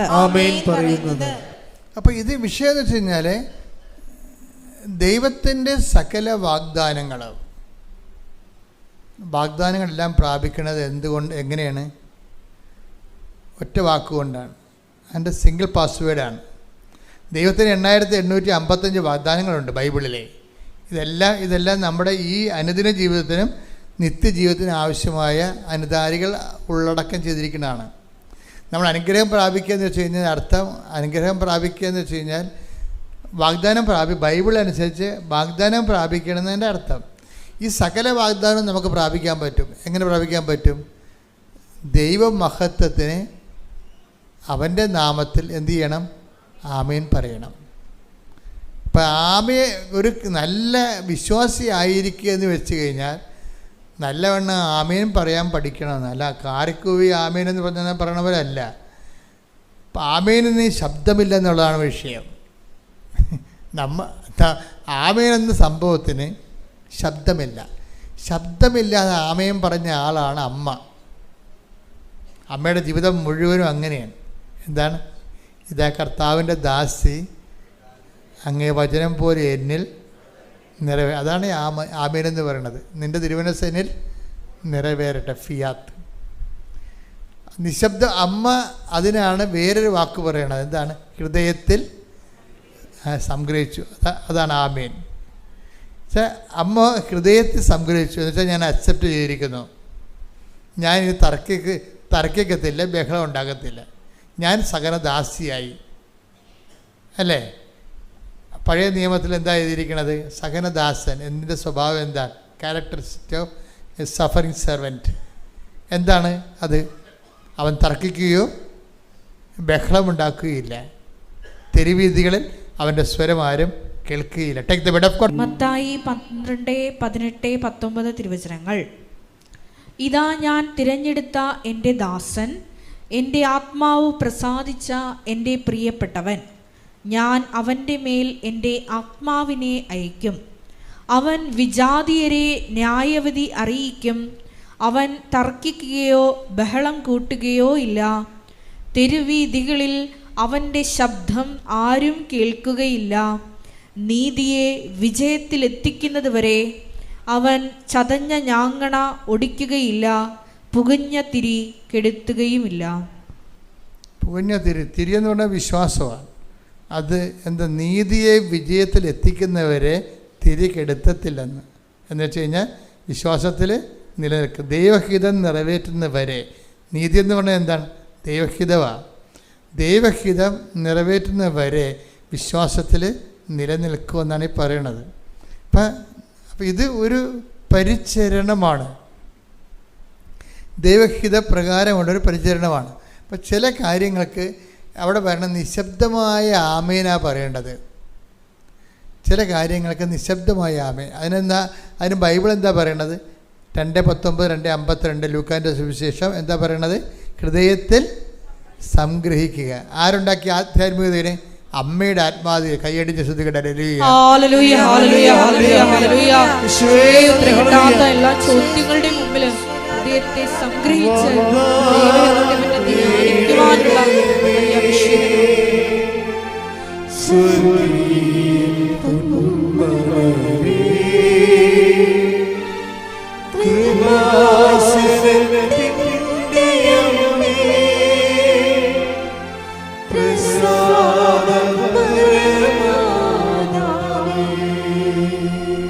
കുരിശിൻ്റെ ചുവട്ടിൽ ഇവർ നിൽക്കുന്നില്ലേ? ആ കുരിശിൻ്റെ ചുവട്ടിൽ നിൽക്കുമ്പോൾ മാതാവ് ഒന്നും പറയണില്ല. പറയണതെല്ലാം കർത്താവാണ് പറയണത്. അല്ലേ? അതാണ് നിശബ്ദമായ ആമേൻ. അവിടെ എന്താണ് ദൈവം എന്നോട് ഇങ്ങനെ ചെയ്തതെന്ന് ഈശോ ചോദിക്കുക. എന്തുകൊണ്ട് നീ എന്നെ ഉപേക്ഷിച്ചെന്ന് ഈശോ ചോദിക്കും. അപ്പോഴും അമ്മ നിശബ്ദമായി നിൽക്കും. അതാണ് നിശബ്ദമായ ആമേൻ എന്ന് പറയുന്നത്. നിശബ്ദമായ ആമേൻ. തർക്കിക്കത്തില്ല, ബഹളം ഉണ്ടാക്കത്തില്ല. എന്താണ്? സഹനദാസിയുടെ പ്രാർത്ഥനയാണത്, നിശബ്ദമായ ആമേൻ. ചില കാര്യങ്ങൾ ദൈവം ആവശ്യപ്പെടുമ്പോൾ നിങ്ങൾ തർക്കിക്കരുത്, ബഹളം ഉണ്ടാക്കരുത്. എല്ലാവരും ഉടമ്പടി എടുക്കാത്തവർ കാനഡയിൽ പോയില്ല, 5ാമത്തെ ഉടമ്പടി പുതുക്കിയിട്ട് ഞാൻ കാനഡയിൽ പോയില്ലല്ല ഇല്ലേ? അവർക്കെല്ലാം വീടായില്ല നാട്ടിൽ. ഇതിങ്ങനെ തർക്കിച്ചു കഴിഞ്ഞാൽ നിങ്ങൾ അവിടെ വെച്ച് ഉടമ്പടി അവസാനിപ്പിക്കണം. കാര്യം അത് ഉടമ്പടി നിങ്ങളറിയാതെ തന്നെ ഉടഞ്ഞു പോയി കാണും നേരത്തെ. എപ്പോഴെങ്കിലും അപ്പോൾ ദൈവം നിങ്ങളെ സഹനദാസിനെ കൊണ്ടുപോയിട്ട് നിശബ്ദമായ ആമേൻ പറഞ്ഞുകൊണ്ട് നിന്നെ ആധ്യാത്മം ഉയർത്തിക്കൊണ്ട് വരുമ്പോൾ നിങ്ങളെ ഈ കഥയൊന്നും അറിയാൻ പാടില്ലാതെ നക്കാപ്പിച്ച കാര്യത്തിന് വേണ്ടി ദൈവമായിട്ട് തർക്കിക്കാൻ പോകും. That is known sense. ഒരു വിശ്വാസം, ദൈവത്തിന് ഇഷ്ടമുള്ള ദൈവം ചെയ്യട്ടെ. ഒരു വിശ്വാസം ഇല്ലാത്തവനൊക്കെ ചിലപ്പോൾ റാങ്ക് കിട്ടിയ, അതുപോലെ തന്നെ നീ വെച്ച പരീക്ഷയ്ക്ക് ജയിച്ച് അവൻ ജോലിക്ക് കയറും. അപ്പോൾ എന്നിട്ട് നീ പറയും, ഓ അത് പിൻവാതിലൂടെ നിയമനമാണെന്ന് പറയാം. അങ്ങനെ എന്തിനാ പറയണത്? നീ കണ്ടായിരുന്ന പിൻവാതിലൂടെ നിയമിച്ച്. അപ്പോൾ നിൻ്റെ കഴിവുകേടുകൾ മറച്ചു വെക്കാൻ വേണ്ടി മറ്റുള്ളവരെ ആക്ഷേപിക്കേണ്ട, അങ്ങനെ ഈ ഇരുട്ട് കൊണ്ടൊന്നും കൂട്ടടക്കാൻ പറ്റത്തില്ല. വിശ്വാസി അങ്ങനെ ചെയ്യത്തില്ല. നമ്മൾ അറിയാത്ത കാര്യങ്ങൾ നിങ്ങൾ പറയരുത്, അറിയാത്ത കാര്യങ്ങൾ പറയരുത്. നിന്നെ സംബന്ധിച്ചത് ഇതാണ് ദൈവഹിതം. അപ്പം നീ എന്ത് ചെയ്യും? നീ ഈ കിട്ടിയിരിക്കുന്ന അന്നന്ന് വേണ്ട ആഹാരം അതങ്ങനെ കഴിച്ചേക്കണം. ഒരു സ്ഥലത്ത് ചെല്ലുമ്പോൾ ഈശോ എന്താ പറയണത്? ലൂക്ക 10:8 ഏതെങ്കിലും നഗരത്തിൽ നിങ്ങൾ പ്രവേശിക്കുകയും അവർ നിങ്ങളെ സ്വീകരിക്കുകയും ചെയ്യുമ്പോൾ നിങ്ങൾക്ക് വിളമ്പുന്നത് ഭക്ഷിക്കുവിൻ. അപ്പോൾ ഒരു സാഹചര്യത്തിൽ നമുക്ക് കിട്ടുന്ന അനുഭവം എന്താണെന്ന് വെച്ച് കഴിഞ്ഞാൽ, ഇപ്പോൾ ഒരു അല്പം താമസിക്കും, ഇപ്പോൾ ജോലി കിട്ടാൻ താമസിക്കും, വിവാഹം ഒത്തുവരാൻ താമസിക്കും, മക്കളുണ്ടാകാൻ താമസിക്കും. അപ്പോൾ അതാണ് നമുക്ക് വിളമ്പി കിട്ടിയത്. അതിൻ്റെ പേരിൽ അവൻ പോയല്ല അമേരിക്ക, ഇവള് പോയല്ല കാനഡയിലെന്ന് പറഞ്ഞുകൊണ്ട് ദൈവത്തിൻ്റെ കടുത്തേക്കാതെ നിൽക്കരുത്. അങ്ങനെ വന്ന ഉടമ്പടി തീർന്ന്, അവിടെ വെച്ച് ഉടമ്പടി തീർന്ന്. പിന്നെ നിങ്ങൾ ഉടമ്പടിയിലല്ല. എന്താ കാരണം വെച്ച് കഴിഞ്ഞാൽ നിങ്ങൾ തർക്കിച്ചു, നിങ്ങൾ ബഹളമുണ്ടാക്കി, വഴി കിടന്ന് തെറി പറഞ്ഞ്, അതായത് തെരുവീതികൾ അവൻ്റെ സ്വരം കേട്ടില്ലെന്നില്ലേ, കണ്ട വഴിയെ പോകണ വായി നോക്കിയോടെല്ലാം നിങ്ങൾ ദൈവത്തിൻ്റെ ഞാനിപ്പോൾ അതൊക്കെ നിർത്തിയതൊക്കെ പറയും. ഇങ്ങനെ പറയും, ചില പറയും, ഞാനിപ്പോൾ ഉടമ്പടിയൊക്കെ നിർത്തിയെന്ന് പറയും. വഴി കൂടി പോണ വായി നോക്കിയോട് നിങ്ങൾ ദൈവത്തിന് എന്താ ഒറ്റിക്കൊടുക്കണത്? അപ്പം നിങ്ങളതിനകത്ത് മൗനമായി നിൽക്കണം. അതിൻ്റെ അകത്ത് വരുന്നത് അമ്മ അങ്ങനെ നിന്നൊരാളാണ്. ചിലപ്പോൾ നിങ്ങൾ ടെസ്റ്റിംഗ് പീരീഡിലായിരിക്കും. നിങ്ങൾക്കറിയാവില്ല, ദൈവം എല്ലാവരും ടെസ്റ്റ് ചെയ്യത്തില്ല. ഇപ്പം നമ്മളൊരു തേങ്ങ പാകാൻ എടുത്തെന്ന് വിചാരിച്ചോ, എല്ലാ തേങ്ങയും പാകാൻ എടുക്കുക? ഇല്ല. തേങ്ങ നോക്കിയിട്ട് കൊള്ളാം, വിളവ് കിട്ടുന്നതാണ്, കായ്ക്കണ മരമാണ്, അമ്മേലെ തെങ്ങാണെന്നൊക്കെ നോക്കിയിട്ട് നമ്മൾ ആ തേങ്ങ എടുക്കും. എടുത്തിട്ട് പിന്നെ എന്ത് ചെയ്യും? വെള്ളത്തിൽ കൊണ്ടിടും. അപ്പം ഇത് തിരഞ്ഞെടുപ്പിലൊരു പ്രശ്നമുണ്ട്. തിരഞ്ഞെടുക്കുമ്പോൾ തന്നെ നിങ്ങൾ തിരഞ്ഞെടുത്തിട്ടുണ്ടെങ്കിൽ ആ ടെസ്റ്റ് കഴിഞ്ഞാൽ തിരഞ്ഞെടുക്കത്തുള്ളൂ. അപ്പോൾ തിരഞ്ഞെടുക്കുന്നത് എന്തിനു വേണ്ടിയാണ്? ഇപ്പോൾ അമേരിക്കൻ വിസയൊക്കെ ഇപ്പോൾ ഞങ്ങൾക്ക്, ഇപ്പോൾ ഞാൻ യൂറോപ്പിലൊക്കെ പോകണമെങ്കിൽ വിസ അവർ ഇപ്പോൾ ഞാൻ കഴിഞ്ഞ ദിവസം ഇംഗ്ലണ്ടിൽ പോയി ധ്യാനിപ്പിച്ചു. അപ്പോൾ ആ വിസ അവർ ഒരു മാസത്തേക്ക് തന്നിട്ടുള്ളൂ. അമേരിക്കയിൽ പോയി ധ്യാനിപ്പിക്കാൻ വേണ്ടി കൽക്കട്ടയിൽ ഇൻ്റർവ്യൂവിന് പോയി. അപ്പോൾ അവർ 10 കൊല്ലത്തേക്ക് അമേരിക്കയിൽ പോകാനുള്ള വിസ തന്ന്, ഒറ്റ ഇൻ്റർവ്യൂവിന് 10 കൊല്ലം തന്ന്. അത് ആ രാജ്യത്തിൻ്റെ നിയമങ്ങൾ പോലെയാണ്. ഈ ദൈവമായിട്ടുള്ള ഏർപ്പാടെന്ന് പറയണത് നിങ്ങളുടെ ഈ മിനിമം കാര്യമായിരിക്കും അതിൽ എടുക്കുന്നത്, മാക്സിമം എടുക്കും. നിത്യത വരെയുള്ള കവറേജ് ഉള്ളത് കാരണം ഈ ടെസ്റ്റ് അതിൻ്റെ അകത്ത് ഉണ്ടാകും. നിത്യത കവറേജ് ഇല്ലാത്ത ആൾക്കാർക്ക് ടെസ്റ്റ് ഇല്ല. നിത്യത കവറേജ് ഇല്ലെങ്കിൽ ടെസ്റ്റ് ഇല്ല. എന്താണ് അവർക്ക്? അത് എന്തുമാത്രം ഈ ലോകത്തുള്ള ആൾക്കാർ ദൈവത്തെ വിശ്വസിക്കാത്തവരും ഇല്ലേ? അവരുടെ ഭൗതിക കാര്യങ്ങളൊക്കെ ഭയങ്കരമായിട്ട് നടക്കണുണ്ടല്ലോ. പക്ഷേ ജോസഫച്ചൻ ചോദിച്ചാൽ ചിലപ്പോൾ തരികയില്ല. എന്താ കാര്യം? നിത്യതയ്ക്ക് അസൈൻ ചെയ്തിരിക്കുന്നതാണ്. അതുകൊണ്ട് ടെസ്റ്റ് ഉണ്ട്. അപ്പം ദൈവമായിട്ട് ഇത് കാര്യങ്ങൾ അറിഞ്ഞില്ലെങ്കിൽ നമ്മൾ തർക്കിക്കുന്ന ആൾക്കാരെ ഗേറ്റിങ്ങെ വെച്ച് തന്നെ ദൈവം ഒഴിവാക്കും. തർക്കിക്കുന്ന ആൾക്കാർ അവിടെ അകത്തോടെ കയറണ്ട. നിങ്ങൾ തർക്കിക്കുന്ന പാർട്ടിയാണ്. നിങ്ങൾക്ക് വേറെ എന്തോ ഉദ്ദേശമാണ് ദൈവത്തിൽ വന്നിരിക്കുന്നത്, ദൈവമല്ല നിങ്ങളുടെ ഉദ്ദേശം എന്ന് തോന്നിയാൽ ഗേറ്റിങ്ങെ വെച്ച് തന്നെ ആ സാധനം ഒഴിവാക്കും. ദൈവത്തിലേക്ക് വരുന്നയാൾ തർക്കിക്കത്തില്ല, ബഹളം ഉണ്ടാക്കത്തില്ല, കർത്താവിൻ്റെ ഇഷ്ടം പോലെ നിറവേറ്റുന്ന വിചാരിച്ചുകൊണ്ട് സബ്മിസീവ് ആകും. അതാണ് അമ്മ നിശബ്ദമായ ആമയും പറയണത്. ഇപ്പോൾ നിങ്ങൾ ചില ഇന്നലെ ഒരു ആൾ കൊണ്ടുവന്ന് 41 വർഷമായി കല്യാണമില്ല. അപ്പോൾ ഞാൻ ചോദിച്ചാൽ ആദ്യത്തെ കല്യാണമാണോ എന്ന് ചോദിച്ചപ്പോൾ അതേന്ന് പറഞ്ഞു. അത്രേ ഉള്ളൂ. അപ്പോൾ എല്ലാവരും കെട്ടിപ്പോയില്ല. ഞാൻ എൻ്റെ പെങ്ങളെ കെട്ടിക്കാൻ നിന്ന്, പെങ്ങന്മാർ 3-4 പേരുണ്ട്, അവരെല്ലാം കെട്ടിക്കാൻ നിന്നപ്പോൾ ഈ മനുഷ്യന് പെണ്ണ് കിട്ടിയില്ല. ഒന്ന് ചിന്തിച്ച് നോക്കിയേ. പക്ഷെ അവന് തർക്കമുണ്ടാ? അവന് ദൈവത്തെ അറിയാവുന്ന കാരണം തർക്കമില്ല. 3-4 പെമ്മന്മാരെ കെട്ടിച്ച് കഴിഞ്ഞപ്പോൾ അവന് പെണ്ണ് കിട്ടാനുള്ളത് പോയി. അവനിപ്പോൾ 41 വയസ്സായി. അവന് തർക്കമുണ്ടോ? തർക്കമില്ല. കർത്താവിന് ഇഷ്ടമുണ്ട് തരട്ടെ, അല്ലെങ്കിൽ ഞാനിങ്ങനെ കർത്താവിൻ്റെ ഇഷ്ടം പോലെ നിൽക്കും. Present B the name of the Lord. ഇതെന്ന് പറയുന്നത് ഈ സഹനദാസൻ എന്ന് പറയുന്ന ഒരു പ്രൊഫഷനകത്തുണ്ട്. ഇതിൻ്റെ മക്കളെ ആധ്യാത്മിക വരുമ്പോൾ ഇതിൻ്റെ ഏറ്റവും വലിയ പുണ്യം ദൈവം തന്നെയാണെന്ന് വിചാരിക്കണം. ദൈവം തന്നെയാണെന്ന്. അപ്പോൾ നിങ്ങൾക്ക് തോന്നും, അപ്പോൾ അച്ഛനിങ്ങനെ പറയണതനുസരിച്ചാണെങ്കിൽ ഞങ്ങളുടെ കാര്യമൊന്നും നടക്കത്തില്ലേ? പക്ഷേ ഞാൻ ചോദിക്കട്ടെ നിങ്ങളോട്, ഈ ലോകത്ത്, ഈ ഭൂമിയിൽ 43,000 കാര്യങ്ങൾ എ ഗ്രേഡിലെ സാക്ഷ്യം കിടക്കുന്നത് കൃപാസനത്തിൽ മാത്രമാണ്. ആ കൃപാസനത്തിൽ നിന്നാണ് ഇങ്ങനെ സംസാരിക്കുന്നത് ഓർക്കണം. ലോകത്തൊരു ധ്യാന കേന്ദ്രത്തിൽ 43,000 സാക്ഷ്യം കിടപ്പില്ല യൂട്യൂബിൽ. അപ്പം അങ്ങനെ വരുമ്പോൾ അപ്പം നിങ്ങൾ ശ്രദ്ധിക്കേണ്ട കാര്യം വെച്ചാൽ ഇതെല്ലാത്തിനും സമാധാനം ഉണ്ടാകും. പക്ഷേ നിങ്ങൾ ഈ 10-9 കാര്യത്തിൽ സമാധാനം ഉണ്ടായിട്ട് ഒരു കാര്യത്തിൽ സമാധാനം ഇല്ലാതെ വരുമ്പോൾ ആ ഒരു കാര്യം വെച്ചൊരു കർത്താവിനെ പ്രതിക്കൂട്ടിലാക്കിയ 9 കാര്യം നേടിയ കർത്താവ് നിങ്ങളോട് ഗുഡ് ബൈ പറയും. അത് സംഭവിക്കാതിരിക്കാനാണ് ഞാൻ ഈ മുൻകൂർ ജാമ്യം എടുക്കുന്നത്. ഇപ്പം മനസ്സിലായ? ശ്രദ്ധിക്കട്ടെ. ഹല്ലേലൂയ, ഹല്ലേലൂയ, ഹല്ലേലൂയ, ഹല്ലേലൂയ, ഹല്ലേലൂയ, ഹല്ലേലൂയ. ഈശ്വര ആരാധന, ആരാധന, ആരാധന. ദൈവപിതാവേ നന്ദി.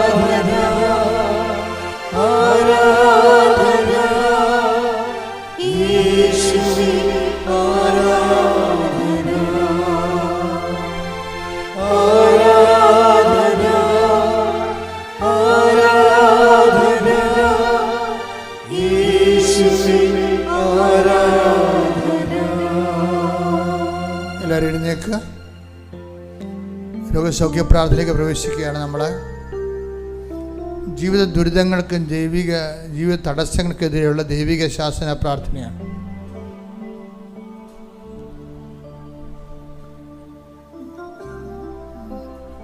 അച്ഛനോട് ചേർന്ന് പ്രാർത്ഥിക്കുക. കർത്താവായ ദൈവമേ,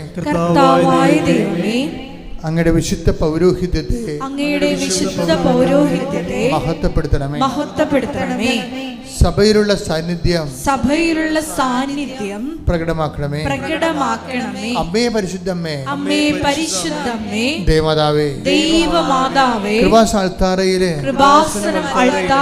പ്രത്യക്ഷപ്പെട്ടുകൊണ്ട് ദുരന്തം ഉണ്ടാകാൻ പോകുന്നു പ്രാർത്ഥിക്കുമെന്ന് അരുളി ചെയ്ത അമ്മയുടെ പ്രത്യക്ഷീകരണത്തിന്റെ സ്ഥിരീകരണത്തിനായി ജീവിത ദുരിതങ്ങൾക്ക് വേണ്ടി രോഗസൗഖ്യങ്ങൾക്ക് വേണ്ടി പ്രാർത്ഥിക്കുന്ന ഈ നിമിഷം അങ്ങയുടെ വലതുകരത്താൽ ഈശോ അങ്ങയുടെ ആണിപ്പെടുതാർന്ന വലതുകരത്താൽ ഞങ്ങളെ ആശീർവദിക്കണമേ.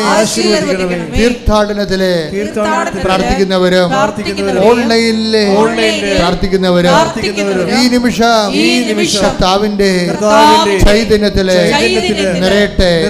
ശ്രുതികട്ടെ. ഹല്ലേലൂയ, ഹല്ലേലൂയ, ഹല്ലേലൂയ, ഹല്ലേലൂയ.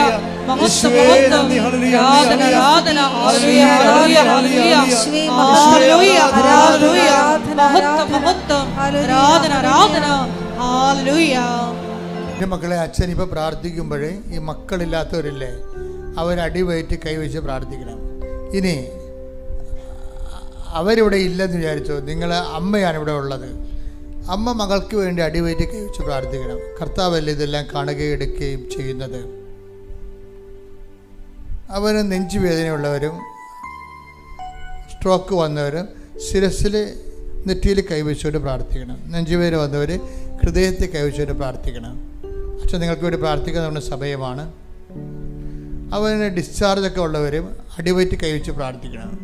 വെള്ളപ്പൊക്ക്, വൈറ്റ് ഡിസ്ചാർജൊക്കെ ഉള്ളവരില്ലേ, നടുവേദനക്കാരും കിഡ്നി രോഗികളും പുറകിൽ കൈവച്ച് പ്രാർത്ഥിക്കണം. ടോൺസിൽ രോഗികൾ, തൊണ്ട രോഗികൾ, സ്പോണ്ടിലോസിസ് അസുഖങ്ങളുള്ളവർ തൊണ്ടയിൽ കൈവച്ച് പ്രാർത്ഥിക്കണം. എവിടെയാണ് രോഗം അവിടെ കൈവച്ച് മാറി മാറി പ്രാർത്ഥിക്കാൻ കുഴപ്പമില്ല.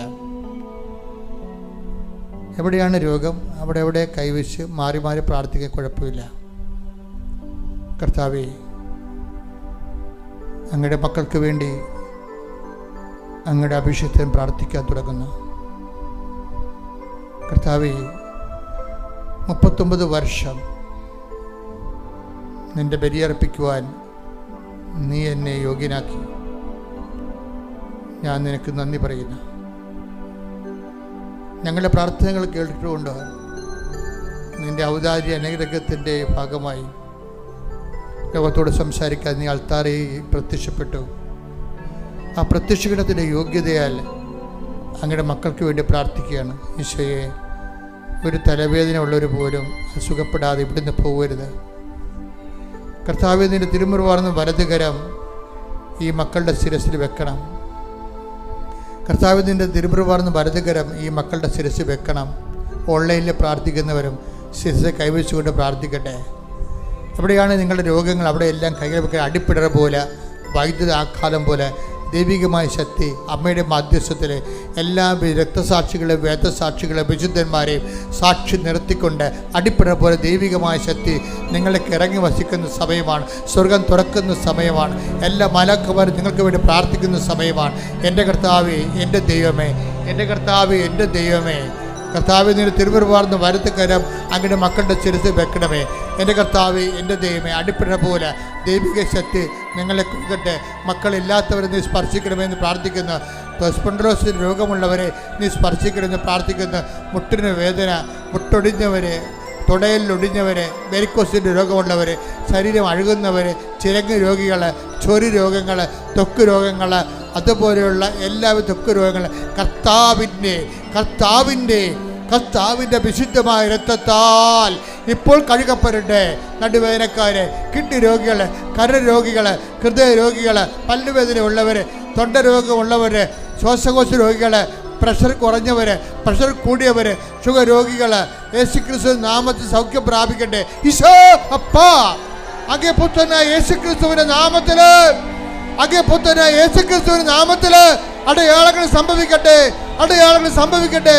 യേശുവേ, മാരക രോഗങ്ങള്, തിരവേദികള്, ജീവദുരിതങ്ങള്, വാദരോഗങ്ങള് യേശുവിന്റെ നാമത്തില്, യേശുവിന്റെ നാമത്തില്, ക്യാൻസർ രോഗങ്ങള് യേശുവിന്റെ നാമത്തില് മാറിപ്പോകട്ടെ, ശുദ്ധിക്കട്ടെ.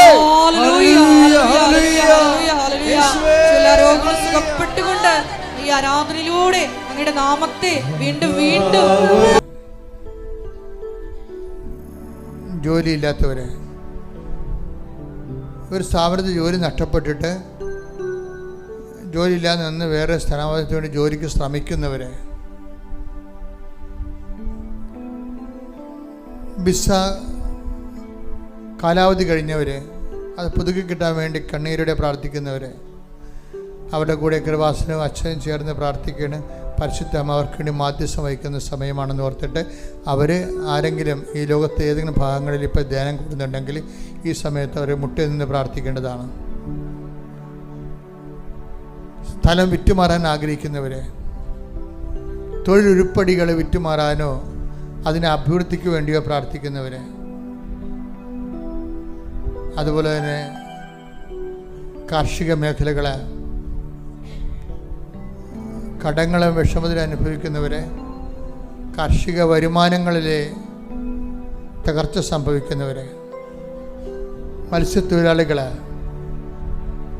ആ തൊഴിൽ കൊണ്ട് ഉപജീവനം കഴിക്കുന്നവരെ, ആ മേഖല അനുഭവിക്കുന്ന ദുരിതങ്ങൾ ഇപ്പോൾ സമർപ്പിക്കേണ്ടതാണ്. ഒരു പ്രൊമോഷന് വേണ്ടി വർഷങ്ങളായിട്ട് ശ്രമിക്കുന്നു, ട്രാൻസ്ഫറിന് വേണ്ടി വർഷങ്ങളായിട്ട് ശ്രമിക്കുന്നു. ട്രാൻസ്ഫർ കിട്ടാത്ത കാരണം ശമ്പളം കിട്ടുന്നത് കൊണ്ട് ഒന്നും തികയാതിരിക്കുകയും കുടുംബജീവിതം പോലും ഇല്ലാതിരിക്കുകയും ചെയ്ത് വിഷമിക്കുന്നവരുണ്ട്. കുഞ്ഞുങ്ങളുടെ കൂടെ വിദേശത്ത് താമസിക്കുന്നു, പക്ഷേ കുഞ്ഞുങ്ങളുടെ കൂടെ താമസിക്കാൻ പറ്റണില്ല. വർഷങ്ങളായിട്ട് കുടുംബം നഷ്ടപ്പെട്ട് ജീവിക്കുന്ന ഒത്തിരി പേരുടെ കണ്ണുനീരെ ഇപ്പോൾ പ്രാർത്ഥനയാക്കി കൃപാസനത്തിലെ മാതാവിൻ്റെ ദിവസത്തിൽ വെക്കുകയാണ്. തീർച്ചയായിട്ടും 43 ദിവസം അച്ഛൻ ഡേറ്റ് ഇട്ടിട്ടുണ്ട്. ആ ദിവസത്തിനുള്ളിൽ കർത്താവ് നിൻ്റെ മേൽ കാരുണ്യം ഉണ്ടാകുകയും കർത്താവ് നിൻ്റെ ഫയൽ ഏറ്റെടുക്കുകയും കർത്താവ് നിന്നെ സന്ധിക്കുകയും ചെയ്യും. ശ്രുതികട്ടെ, ശ്രുതികട്ടെ,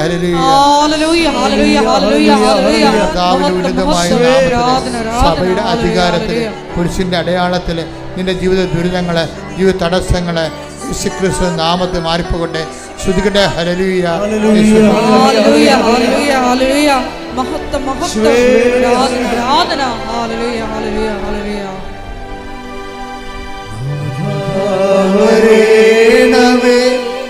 എന്നിൽ നിറയണമേ, നാഥരേണമേ, സൗഖ്യം നൽകണമേ. ദൈവത്തിലെ ഇപ്പോൾ പ്രാർത്ഥിക്കുന്നത് IELTS, OET, PSC, അതുപോലെ തന്നെ ഓരോരോ പരീക്ഷ, നൈപുണ്യ പരീക്ഷകൾ, മത്സര പരീക്ഷകൾ എഴുതിക്കഴിഞ്ഞവർ,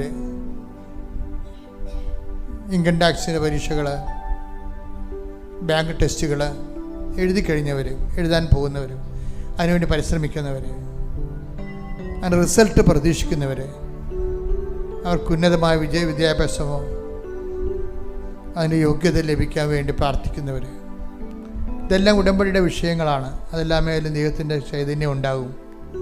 അമ്മ മാതാവ് പ്രത്യക്ഷപ്പെട്ട പുണ്യഭൂമിയിൽ നിന്നുകൊണ്ടാണ് കർത്താവിനെ എഴുന്നള്ളിച്ച് വെച്ച് ആരാധനയുടെ സാന്നിധ്യത്തിൽ നമ്മൾ പ്രാർത്ഥിക്കുന്നത്.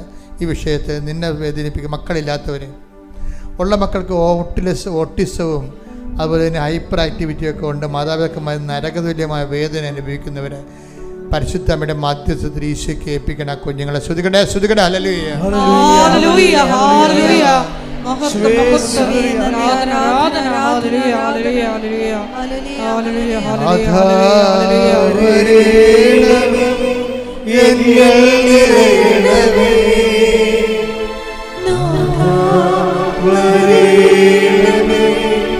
സൗഖ്യം നൽകണമേ.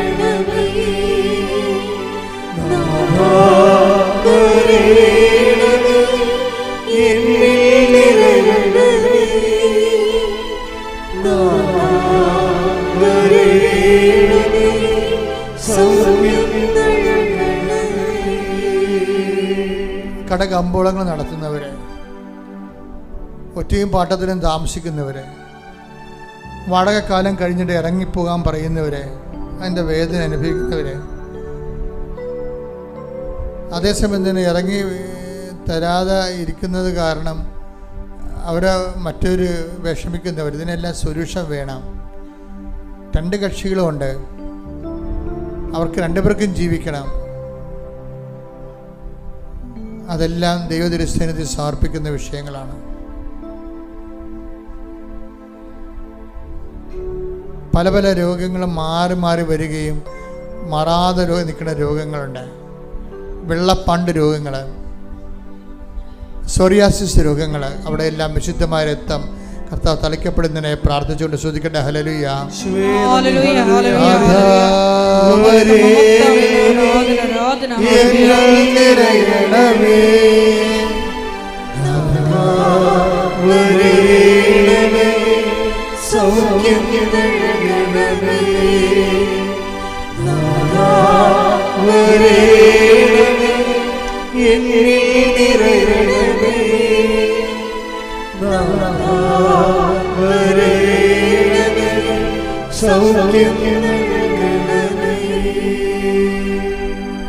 പ്രിയപ്പെട്ടവരെ, ജീവിതമാർഗം മുട്ടിപ്പോയവർ, കമ്പനിയിൽ നിന്ന് ടെർമിനേറ്റായി പോയവർ, തിരിച്ചു കയറാൻ പറ്റാതിരിക്കുന്നവർ, വിസ ഉണ്ട് പക്ഷേ ജോലിയില്ല, കോൾ ഫോർ ചെയ്യുന്നില്ല, അങ്ങ് ധർമ്മസങ്കടത്തിൽ ഇരിക്കുന്നവരുണ്ട്, ഭാര്യ ഭർത്താക്കന്മാർ തമ്മിൽ അകന്ന് ജീവിക്കുന്നവർ, അവർക്ക് ഒരുമിച്ച് ജീവിക്കാൻ ആഗ്രഹമുണ്ട്. അതിൽ ആർക്കെങ്കിലും ഒരാൾക്ക് ആഗ്രഹമുണ്ടെങ്കിൽ കർത്താവിൻ്റെ നാമത്തിൽ അവർക്ക് വേണ്ടി പ്രാർത്ഥിക്കുന്നു. 16 ദിവസം ഡേറ്റ് ഇട്ടിട്ടുണ്ട് ഞങ്ങൾ ഒരുമിച്ച് താമസിക്കാൻ വേണ്ടി. വെള്ളമില്ലാത്തവരെ, ഇന്നലെ ഒരു സാക്ഷ്യം ഉണ്ടായിരുന്നു. ഞാൻ കിണർ കുത്തി, എനിക്ക് വെള്ളം കണ്ടില്ല. ഞാൻ കർത്താവിനോട് പറഞ്ഞ്, രണ്ടാമത്തെ കിണർ കുത്തുമെന്ന് വിചാരിക്കരുത്, ഞാൻ കുത്തത്തില്ല, ഞാൻ ഈ കിണർ കുത്തിയിരിക്കണം നിൻ്റെ നാമത്തിലാണെന്ന്, ഇവിടെ തന്നെ എനിക്ക് വെള്ളം തരണമെന്ന്. വിശ്വാസിക്ക് അവകാശമുണ്ട്. ശ്രുതിക്കട്ടെ. ഹല്ലേലൂയ ഹല്ലേലൂയ ഹല്ലേലൂയ ഹല്ലേലൂയ ഹല്ലേലൂയ.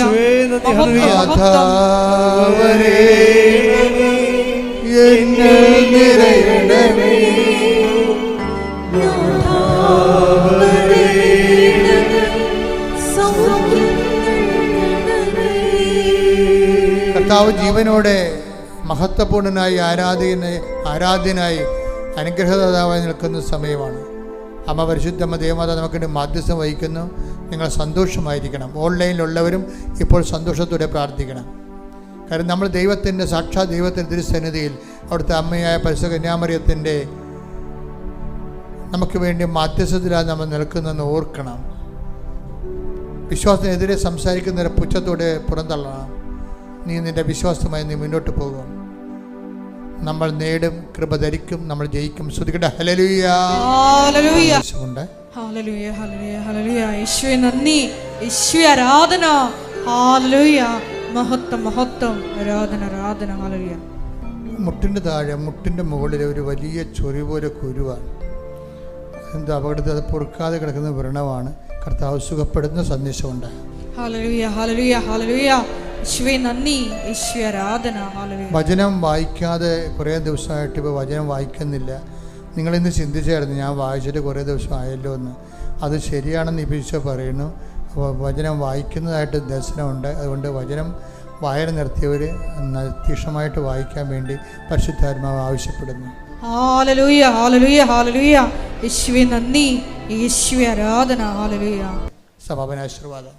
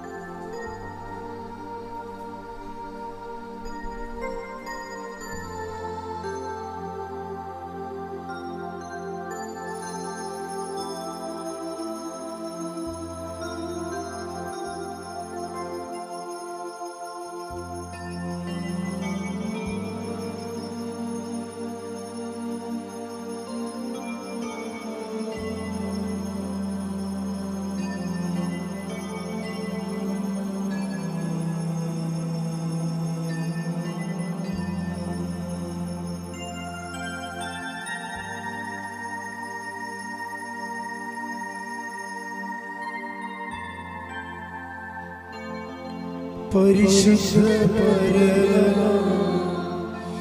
ദിവ്യകാരുണ്യമേ, എന്നുമെന്നും അങ്ങേക്ക് ആരാധന. പരിശുദ്ധ പരമ ദിവ്യകാരുണ്യമേ, എന്നുമെന്നും